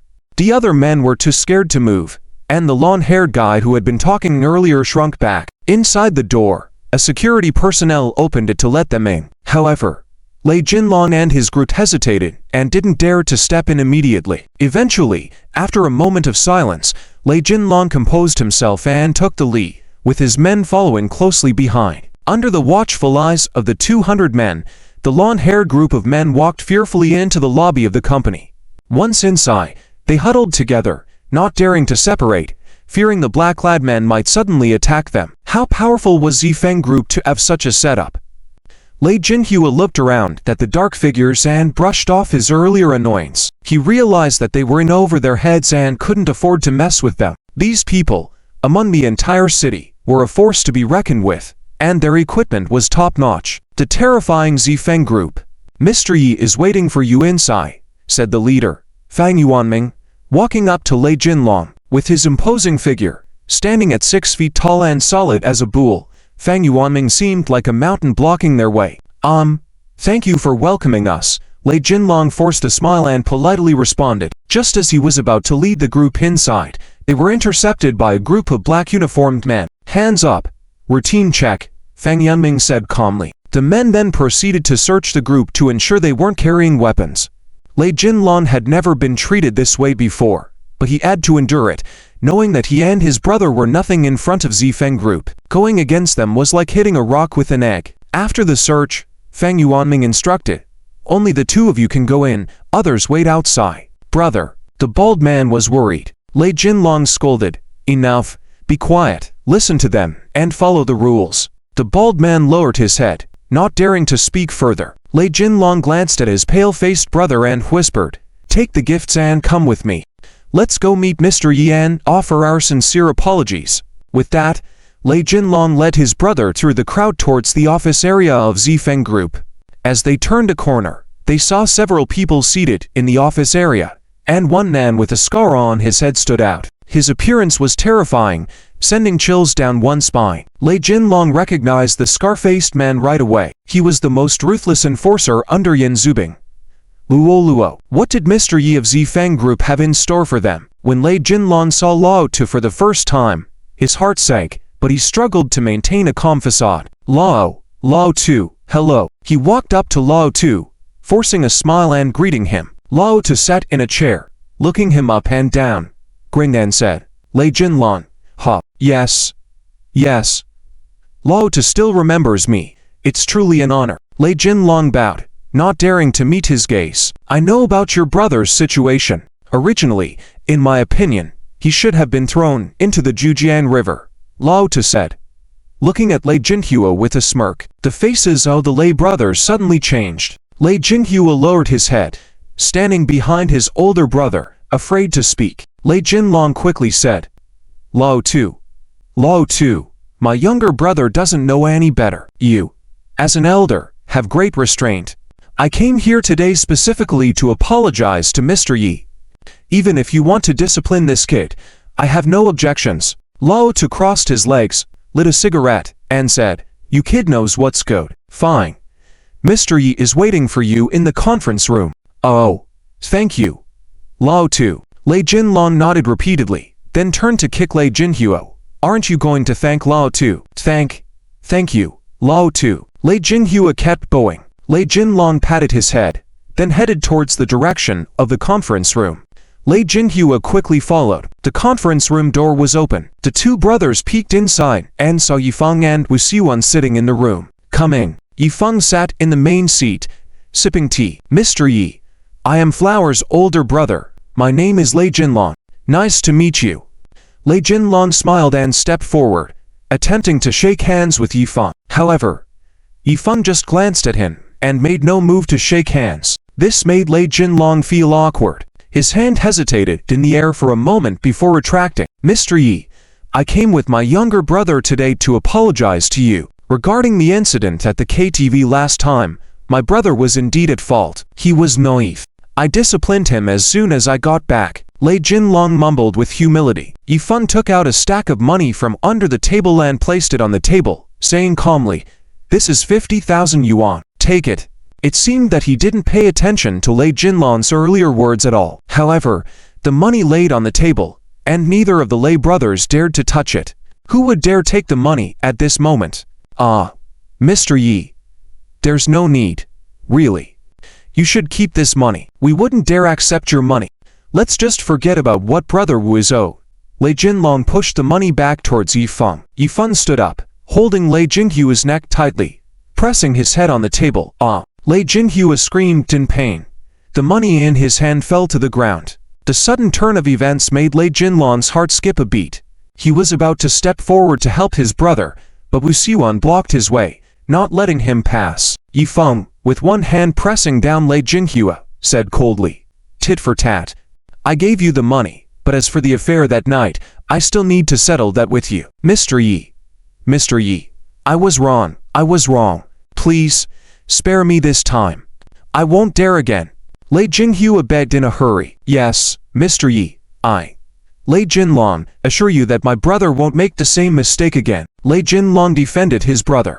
Upon hearing this, Yifeng snorted and then released Lei Jinhua, sitting back in his seat. You have to choose, work for me or disappear from Guangzhou province. Yifeng raised two fingers, staring coldly at the two men. Lei Jinlong hesitated and swallowed hard, showing a hint of indecision on his face. But suddenly, a knock on the door broke the silence. He turned around and saw Lao Tu standing at the door, staring at the two brothers. The look in Lao Tu's eyes was truly terrifying. Lei Jinlong was startled, his mind racing. The Zifu group was powerful, with a close relationship between Yifeng and Yan Zubing. Would it be unwise to go against them in Guangzhou? Besides, those who ventured into this business were all looking to make money. Could they earn money by sticking with the Zifu group instead of risking it with high-interest loans? Moreover, was there even a third choice now? Lei Jinlong's mind raced through countless thoughts, and he knelt down, saying, Mr. Yi, we will follow your orders from now on. Lei Jinhua also knelt down. Yifeng finally showed a satisfied smile on his face. Well done, Lei Jinlong, you are wise. Stand up.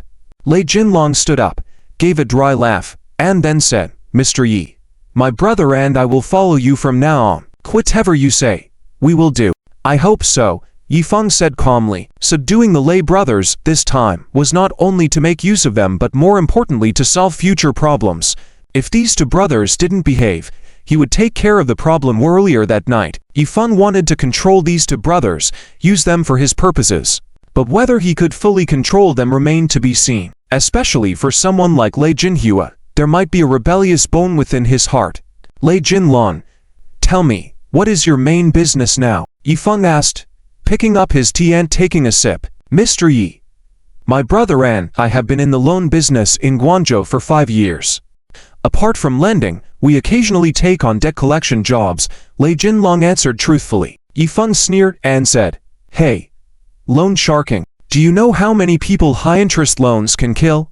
Lei Jinlong replied bitterly. Mr. Yi, the incident with Brother Wu was truly his own initiative. The interest rates we charge are relatively high in Guangzhou, but they are not the highest.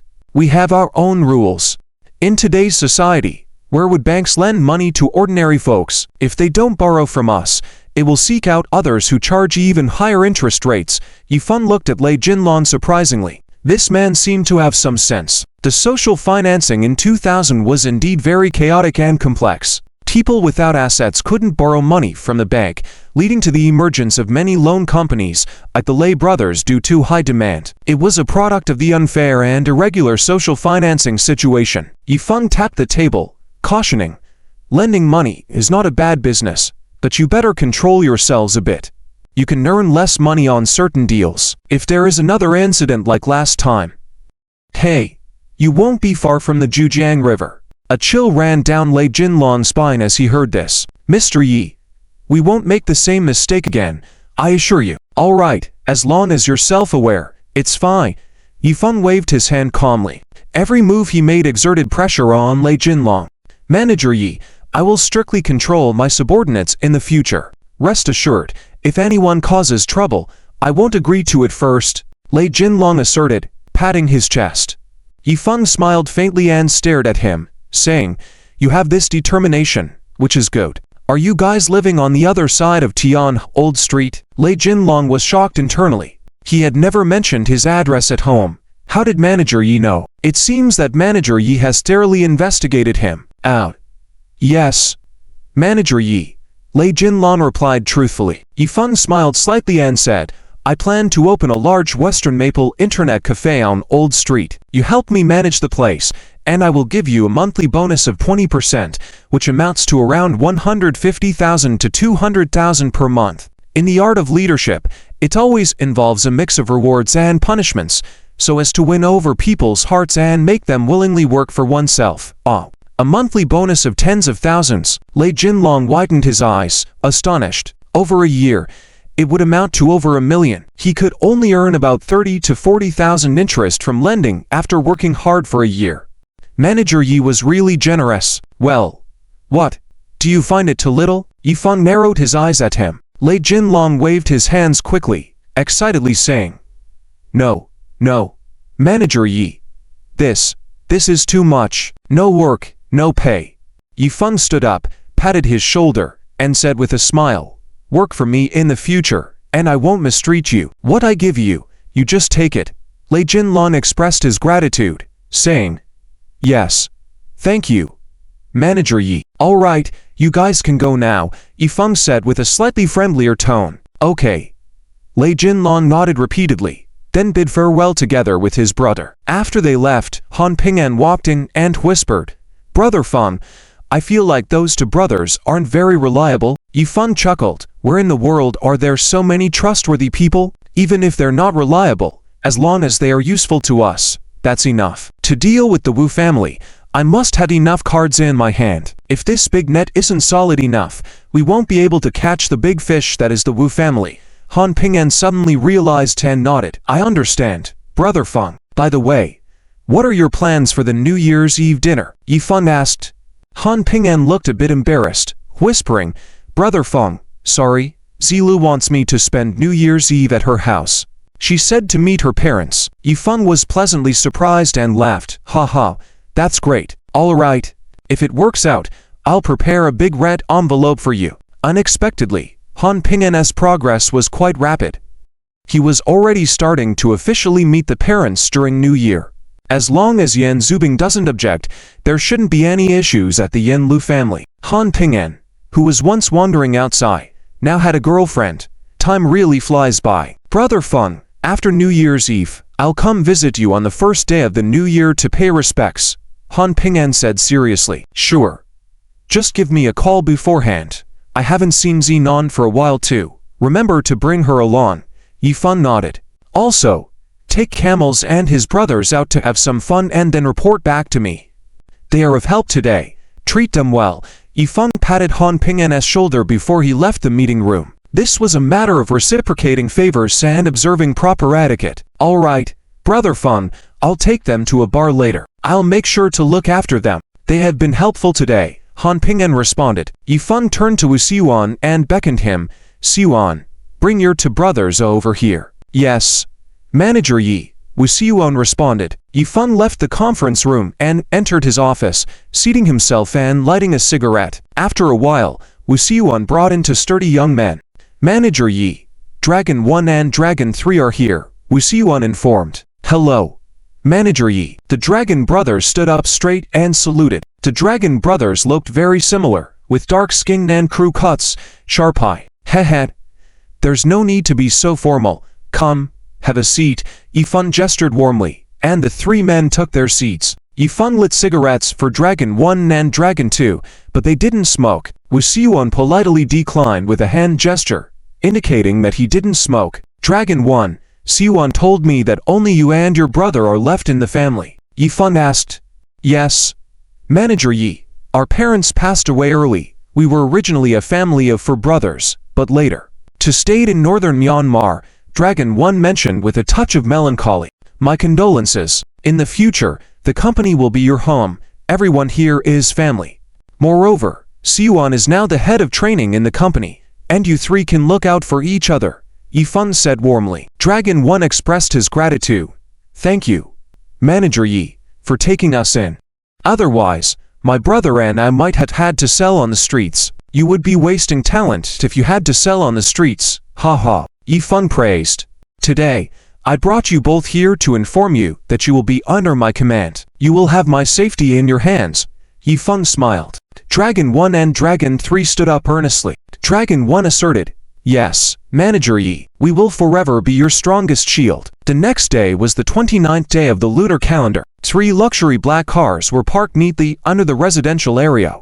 1 Mercedes-Benz S320 and 2 Audi 100s. The appearance of the 3 luxury cars attracted a crowd's attention in the residential area. My, so many luxury cars. Whose family is this? Don't you know? Old Wu? It's the Old Yi family. Old Yi's children have made a name for themselves. I heard they made a lot of money running a computer store. Hey, Old John. Little Fun is so successful. He topped the National College entrance exam and earns money. I overheard the neighbor saying his destiny is like when crossing descending to Earth. When crossing, then he must team up with Cation to descend, right? Hey, if I had a son like that, I would laugh in my sleep. Laugh in your sleep? I'll personally go offer sacrifices to my ancestors. At that moment, Yifeng and Bumuxi came down with luggage, followed by their parents. Behind them, Dragon 1 and Dragon 3 carried several things, including local specialty gifts packed in bags. Mom, Dad, is this all the stuff? Yifeng breathed a sigh and asked. Almost done. We can leave now. Easy Jianjin said cheerfully. Dragon 1 and Dragon 2 quickly loaded the luggage and the New Year gifts onto the car. During this moment of idle time, neighbors surrounded Yi Jianjin and Meng Xiaoyun to greet Tan chat. Hey Old Yi, going back to the hometown for the new year. Yi Zhe, your family's car is so luxurious. Old Yi, come here. Let me introduce you. This is my little sister, just turned 18, graduating next year. Xiaoyun little girl, my niece is very handsome. I'll bring her to you later for you to take a look. With everyone talking and exchanging information, some asked for help to introduce jobs to younger generations, some specifically introduced potential partners to Yifeng, and some were making conversations and building relationships. It was chaotic but lively. Yi Jianjin busily interacted with them, and upon hearing about being introduced potential partners to Yifeng, he laughed and said, haha, about that, Little Fun has found someone already. let's not mention it. The news that Yifeng already found a partner surprised some, disappointed others. Men Xiaoyun quickly rushed to the car to avoid the endless introductions. Yi Jianjun also said goodbye to a few elderly neighbors and left promptly. Manager Yi, all the things are in place. Shall we depart now? Dragon 1 asked Yifeng. Yes. Let's go. Yifeng smiled. Everyone got into the cars, with Yifeng and Gumuxi in one car. The engines roar. The two Audi cars led the way, leaving the unit building, followed closely by Yifeng's luxury car. As they approached the new year, there were more cars going back to the hometown, but not many luxury cars. Motorcycles were predominant. Yifeng's Mercedes S-Class was quite eye-catching on the road, attracting the gaze of the motorcycle owners next to them. Stinky fun. Let's head to Defusing. They cheer and started their journey back home. All right, let's depart immediately. As they got closer to their hometown, they were greeted with cheers from residents. The trip back home had begun, ushering in a festive atmosphere filled with hope and joy. The convoy set out in the morning, heading to Defusing in Fuyun City. Originally a 3-hour journey, it took 5 hours to reach Defusing due to heavy motorcycle traffic returning to the countryside, causing a delay. Gumuxi looked out the car window at the rundown tile-roofed houses and dilapidated brick houses, sighing. Defusing is still the same as before. It seems like nothing has changed, yet it looks even older. Yifeng couldn't help but remark, the changes we see in big cities are constantly evolving. Compared to the rural towns, it's like two different worlds. The process of urbanization will not stop. The biggest role of rural towns is to provide labor force for big cities, yet the hometown won't undergo much change. The pedestrians on the street were mostly wearing blue denim jackets and blue or black work pants. Various propaganda slogans were painted on the walls. Speak civilly, do civilized things, be civilized people. Having fewer births creates harmony. Promote building new rural areas. Family planning services visit regularly. Every household blooms with happiness. Yifeng looked at these slogans, feeling a strange emotion. In this era, reproductive matters are of great importance. To secure a job within the system, one had to comply with the family planning policies. Having one more child would affect one's job opportunities. This was the reason both Yifeng and Gumuxi came from single-child families. They had no siblings, therefore never experienced the unique bond between brothers and sisters. It was regrettable, but it was also a choice of the times. The cars passed through the bustling streets, attracting the attention of passers-by with envy, curiosity, and jealousy in their eyes. After driving through the main road of Defusing, they arrived at the outskirts, where there were fewer pedestrians, surrounded by vast farmland and wilderness. The afternoon sunlight pierced through the clouds, shining on the trees in the wilderness, with occasional fish ponds glistening with golden light. The cold wind rustled through, causing dry leaves to gently fall. The outskirts of the rural town exuded a grand and desolate atmosphere. Long Sen accompanied Guxing, Zhan and Li Wen back home, leaving Long Dai and Yifeng's two cars parked on a grassy patch by the side of the road. To the right of the grassy patch was an alleyway, leading to Yifeng's old home just a few meters away. Due to the narrow entrance of the alley, they couldn't drive in, and there was no place to park in the courtyard, so they had to park outside. Yifeng and Gumuxi carried their luggage, stumbling along the way, finally reaching the doorstep of the old home. The old house was a dilapidated courtyard originally built with ram earth walls. After heavy rain caused the walls to collapse, Grandpa Yu saved money and borrowed some from relatives with the same surname to rebuild the walls with red bricks, making it look somewhat mismatched. Although it appeared rundown, it held a deep sense of affection in Yifeng's heart. Yi Jianjun put down the luggage, took out the key to open the door, pushing it open to reveal a dusty interior.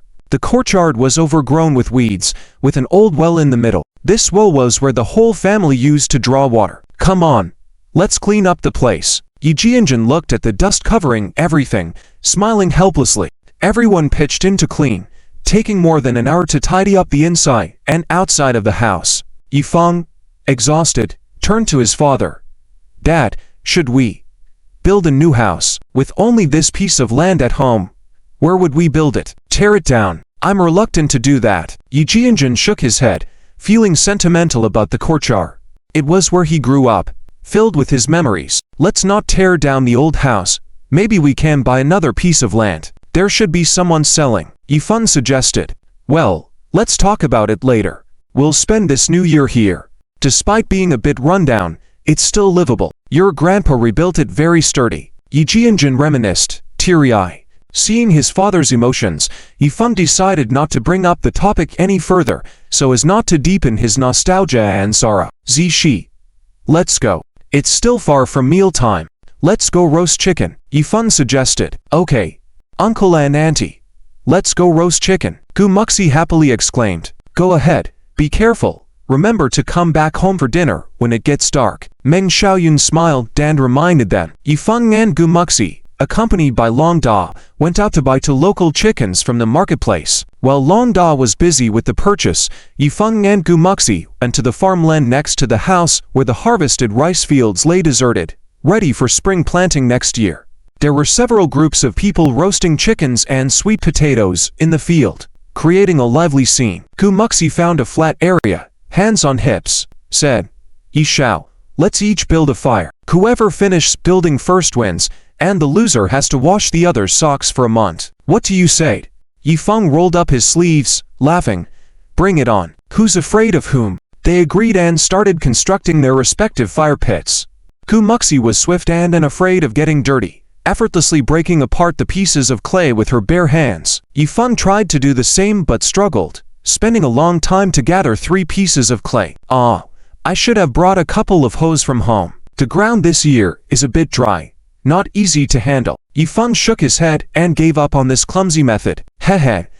That's because you lack finesse, dummy, Gu Muxi teased proudly. Hey, Yi Shao, I have plenty of clay here. Would you like some? Gu Muxi flaunted her results to Yifeng. Don't get too cocky. The competition isn't over yet. Who knows who the real winner will be? Yifeng snorted, suddenly noticing a group of teenagers nearby. He clapped his hands, ran over to them. A group of junior and senior high school students. Hey, guys, do you have a hoe I could borrow? I'll return it later. Yifeng greeted them. Who are you? Why should we lend it to you? My dad says we shouldn't lend things to strangers. A teenage boy-eyed Yifeng warily. That's right. We can't lend things no matter what. Other kids nodded in agreement. Yifeng took out his wallet, pulled out a $20 bill, and handed it over. Here, consider this a rental fee. The teenage beau's eyes lit up upon seeing the money. Here, take it. He took the money and gladly handed over the hoe to Yifeng. Yifeng took the hoe, thanking them. Thanks, I'll bring it back soon. With the hoe in hand, Yifeng rushed back and began digging. With the tool, the task became much easier. Before long, Yifeng had dug a large pit with a pile of earth beside it. Meanwhile, Gu Muxi, who had been focused on shaping her fire pit, heard a commotion and turned around to see Yifeng's progress. Her eyes widened as she exclaimed, Ah, cheater. Yifeng. Yifeng chuckled. You didn't say we couldn't use a hoe. Humph, that's not fair. I'm confiscating half of those clay pieces, Gu Muxi confidently declared, then started moving some of the earth to her side. So, am I just working for you for nothing? Yifeng looked confused. You cheated. That's why, Gu Muxi teased. Hey, Yi Shao, I have a lot of clay here. Would you like some? Gu Muxi showed off her progress proudly. Wait and see, the game isn't over yet. I guess I'll dig a bit more. Yifeng piled up more clay, finally having enough, and returned the hoe. Now we should start building the fire. It's been years since I last did this. I feel a bit out of practice. Yifeng muttered to himself. He turned around and saw Gu Muxi concentrated on her task, with the setting sun's glow adding a golden shimmer to her hair. A beautiful sight. It felt like a painting, or a childhood memory revived. A smile crept onto Yifeng's face. There was no deceit or intrigue, only innocence, tranquility, and peace. These days were truly wonderful. Stinky fun. Look at the foundation I built. Pretty solid, right? Gu Muxi stood up, clapping her hands, proud of her creation. Yifeng admired her stable construction and said a bit enviously, Okay, I know you're good. Looking around, Gu Muxi spotted some grass piles and wooden blocks to the west. Oh, right, I'll go collect some firewood, she said. Dashing to the west, Yifeng tried to caution her. She, be careful, there are what? Gu Muxi replied as she ran. But before she could finish her sentence, she felt her foot sink into something soft and squishy. Yifeng tugged on the corner of his mouth. There's a lot of cow dung over there. Gu Muxi looked down, her expression changing drastically. Oh my god. Gu Muxi. Stinky fun. Why didn't you say earlier? Gumuxi glared at Yifeng with a dark face. Zixi, it's not my fault. You were running too fast. Yifeng shrugged, smiling helplessly. But don't worry, it means you have good luck. Lucky's stepping on cow dung. Yifeng consoled, but couldn't hold back his laughter. I don't want any cow dung luck. Gumuxi pulled her foot out, the sole of her shoe and a shoe covered in dark excrement. Damn, but even cow dung can't stop me. Gumuxi bent down and took off her shoes, going barefoot. Instead of continuing to run to collect wood, she ran back. The responsibility of collecting wood is now on you, Gumuxi said confidently. All right, you wait here. I'll go collect wood. Be careful with your bare feet. Yifeng reminded. Don't worry, you go. Hurry up. Gumuxi pushed him away. He ran off to collect wood, and soon returned with a large bundle of wood in his arms. But when he saw that Gumuxi's mud stove was already halfway built, oh my, Zixi, this isn't fair. Yifeng put down the wood and quickly started building his own mud stove. This is called tactics. I'll finish it in no time, Gumuxi said proudly. As Yifeng built, he glanced back at Gumuxi's progress. At this rate, it was clear that Gumuxi would win. It seemed like a shortcut was needed. Yifeng looked around and suddenly saw a pile of bricks on the side of the road. Aha! Yifeng ran to grab the bricks, using them as the base of the kill. Sturdy. He built 3 layers with the bricks, then piled mud on top, quickly nearing completion of his mud stove. Gumuxi was getting ready to seal the top when she turned around to see Yifeng's progress, and her eyes widened. Stinky fun. You used bricks. Hey. There's no rule saying I can't use bricks. Yifeng said matter-of-factly. No way. You're cheating. Well then, you can go get bricks too. Yifeng chuckled. But I'm almost done. Gumuxi pouted. Well, I can't worry about that. This is my last scoop of mud. Yifeng sprinkled the last bit of mud. He clapped his hands. Done. Zixi, I win.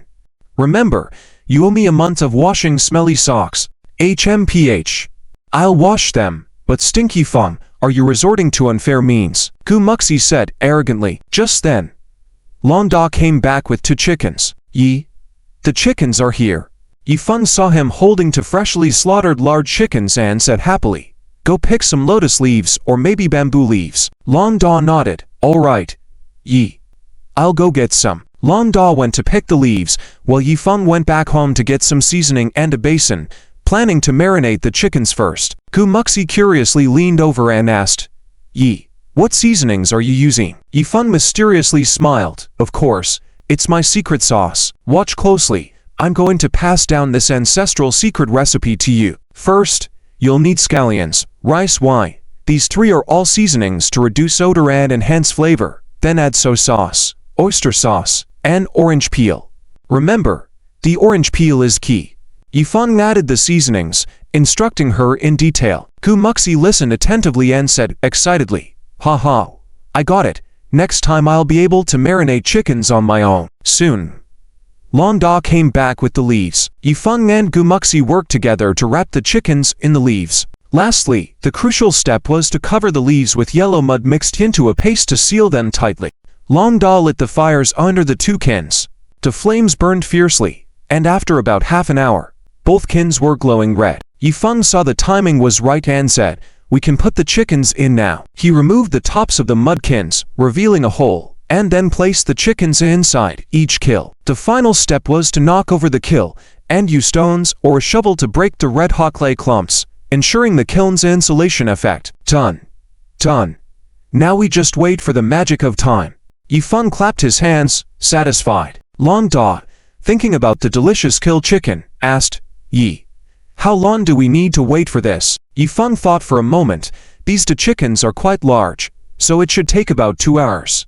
Gumuxi brought a large piece of mud to sit on the ground, resting her chin in her hands, waiting. You have to watch closely, or else the killed chicken might disappear without a trace.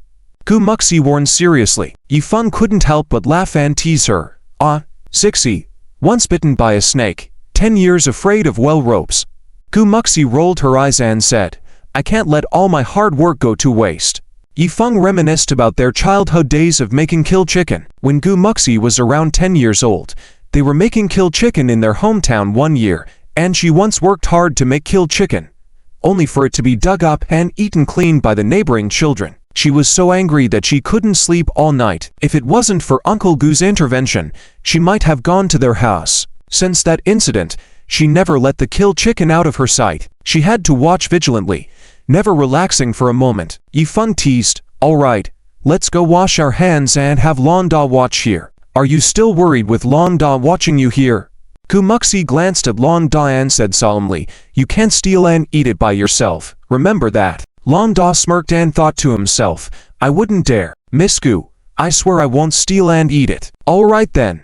You watch over here." Gu Muxi clapped her hands and stood up. Suddenly, at that moment, an old man ran over, whose cars are parked on the roadside. "Hurry up and go take a look." The old man shouted at them, "Uncle, those are our cars. What's wrong?"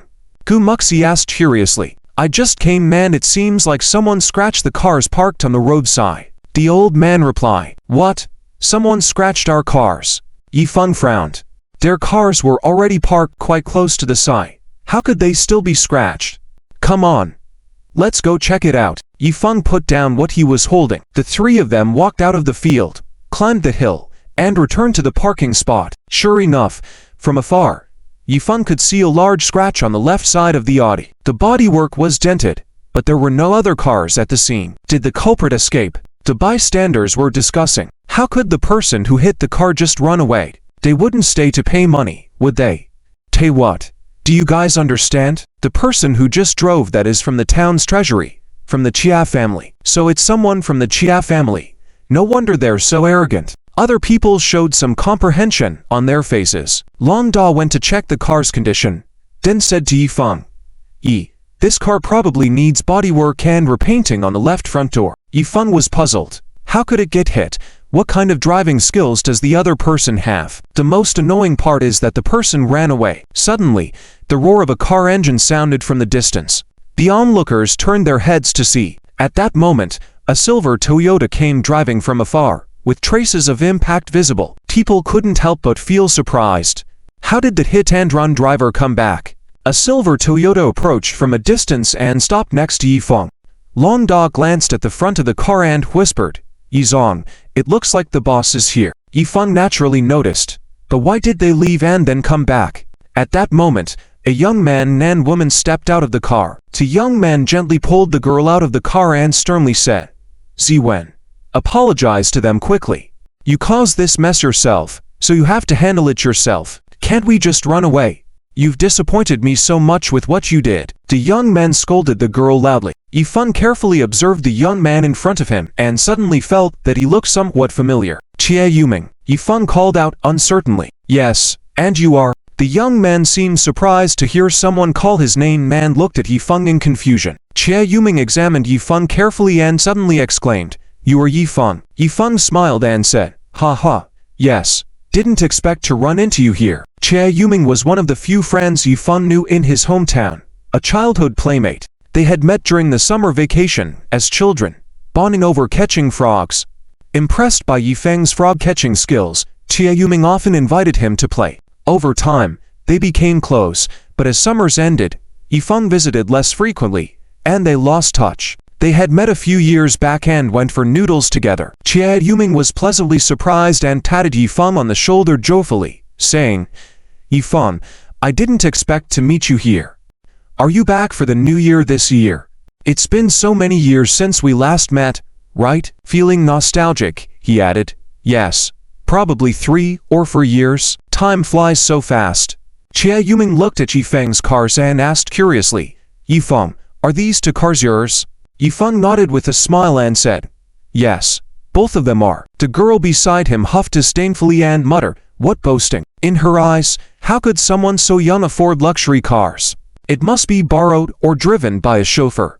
Chia Yuming grabbed the girl's arm and scolded her. "Little sister, what are you muttering about?" Apologized to Yifeng quickly. Wen pouted unhappily and reluctantly said, "Sorry about that." Chia Yuming glared at her, saying, "Little sister, what's with the attitude?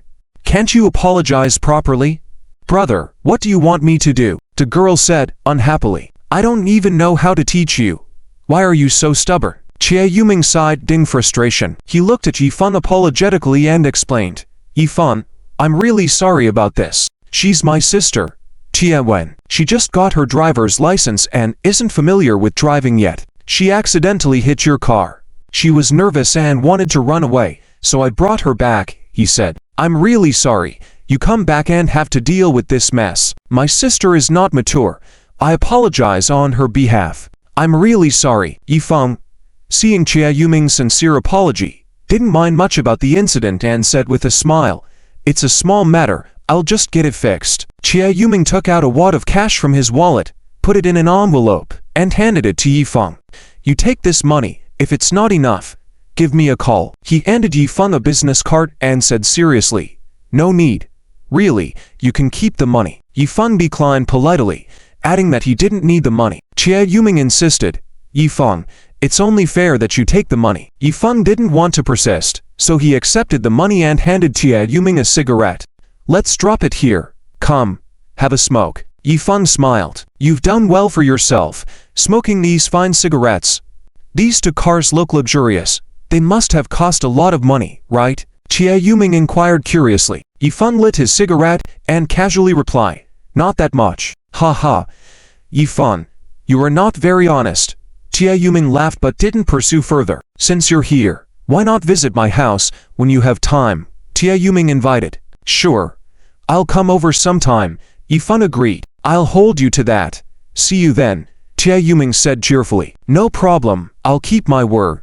Yifeng nodded. Chia Yuming ushered Chia Wen back into the car and said to Yifeng, "All right, I have some errands to run. I'll go now. See you another day." Yifeng waved goodbye as the car backed out and drove away. Gumuxi approached Yifeng curiously and asked, "Yi, are you very familiar with Tia Yuming?" "Not very close, but we are old friends, and he's a good person, straightforward and kind-hearted," Yifeng replied with a smile. He was happy to have a friend like Tia Yuming. Gumuxi nodded in agreement. "It's evident he's a good person. Well, there's nothing much going on now. Long Da, go check on the roasted chicken. Don't let someone else snatch it away," Yifeng gestured. On the other side, in the car, the Chia siblings remained silent. Chia Yuming turned to look at his sister and sighed. "Little sister, when will you start acting responsibly?" Chia Wen scoffed coldly, saying, "I don't need your advice. I don't have such a cowardly brother, nor one who embarrasses his sister in front of others." Chia Yuming scolded, "What? You think it's justified to hit someone and act like you're right?" Chia Wen was also enraged. She raised her voice, saying, "It wasn't intentional. I can pay for it. Why do I need to apologize? Do the Chia family still have dignity in town? In Dashi town, we, the Chia family, fear no one, right?" Did you really get intimidated by his two cars? Perhaps he's just a chauffeur." Chia Yuming stopped the car by the roadside, glared at her, and reproached, "Is this about money? You hit someone's car. Shouldn't you offer an apology? Why are you so stubborn?" Chia Wen, hearing this, burst into anger, got out of the car, slammed the door, and walked away. Didn't I apologize to him already? What else does he want from me? I don't need a brother like you." "Fine. Yes, you say I'm stubborn. Today, I'll be stubborn. I'm not going back today." "Oh, you're not coming back? Then I'll go back by myself," Chia Yue said angrily and drove off. Seeing this, Chia Wen was bewildered. She never expected her own brother to just leave like that. "Brother, are you really going to leave me here? Brother, come back." But no matter how she shouted, the car had already gone far. Chia Wen stomped her foot in anger. She took out her phone and called her best friend. "Xian, I'm not going back tonight. Let's go out for a drink tonight." On the other side, as night fell, Yifeng and Gumushi were standing by the clay oven, waiting for the chicken to be cooked. Yifeng had calculated the time, and after 2 full hours, it was time to open the oven. It's time to open the oven," Yifeng impatiently said. He and Long Da quickly dug open the clay oven. They found the oven chicken buried in the mud, swiftly pulling it out. Yifeng gently tapped the mud on top with a stick, and as the mud fell off, the chicken wrapped in banana leaves was revealed. In that moment of the mud breaking apart, a delicious aroma filled the air. So fragrant. Gumushi was salivating. "Of course. Have you seen who roasted it?" Yifeng said proudly.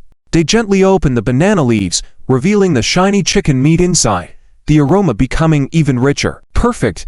It's truly perfect. This is my masterpiece," Yifeng said with satisfaction. "Yizong, Let's taste it. Long Da couldn't resist swallowing his saliva. Yifeng tore off a chicken leg and handed it to him. And another to Gumushi. Shi. Have some chicken. Try it. Gumushi happily took the chicken leg. Fun, you're thoughtful. Long Da hesitated a bit, waving his hand to refuse. No, Yizan. You should eat. You eat. Yifeng said with a stern face. I'm giving it to you. Why hesitate? Take it. Long Da scratched his head awkwardly. Thank you, Yizan. Gumushi didn't waste time with many words. She opened her mouth wide and took a big bite, the oil dripping down her chin. Delicious. It's so delicious. Gumushi mumbled. You greedy gouts, you're getting the oil all over your chin, Yifeng teased, wiping her mouth with a napkin. Gumushi sweetly smiled, then offered the chicken leg to his mouth. This little lady ever eats alone. Have a taste. Just one bite. Yifeng chuckled. You're always taking care of me. He took a big bite, easily finishing half of the chicken leg. Gumushi widened her eyes, feeling a bit regretful. My goodness, Yifeng, you took such a big bite. You only said one bite. Didn't specify how big. Yifeng smirked. Gumushi directly shoved the rest of the chicken leg into her mouth, making her cheeks bulge. Hey, Shi. What are you doing? Yifeng was surprised. I'll finish the chicken leg first, so you won't grab it later, Gumushi mumbled. Your mouth is really exaggerated.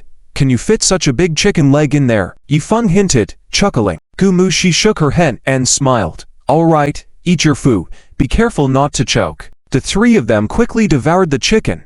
Then Yifeng took one back to let his parents taste.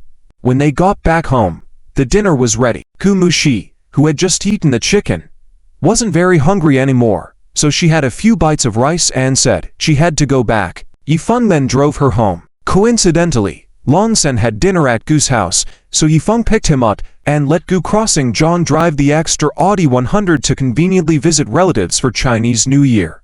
Yifeng's hometown was at the end of Dashizan town, while Gumushi's hometown was at the entrance of the town. Yifeng needed to pass through the town center. The town was still lively at night, with many youngsters in flashy clothes and exaggerated hairstyles riding motorcycles recklessly. Suddenly, a Honda 125 motorcycle crossed the road, almost hitting Yifeng's car. The young man on the motorcycle, with two girls behind him, couldn't control the motorcycle and almost crashed, but he managed to stabilize it with his feet. Have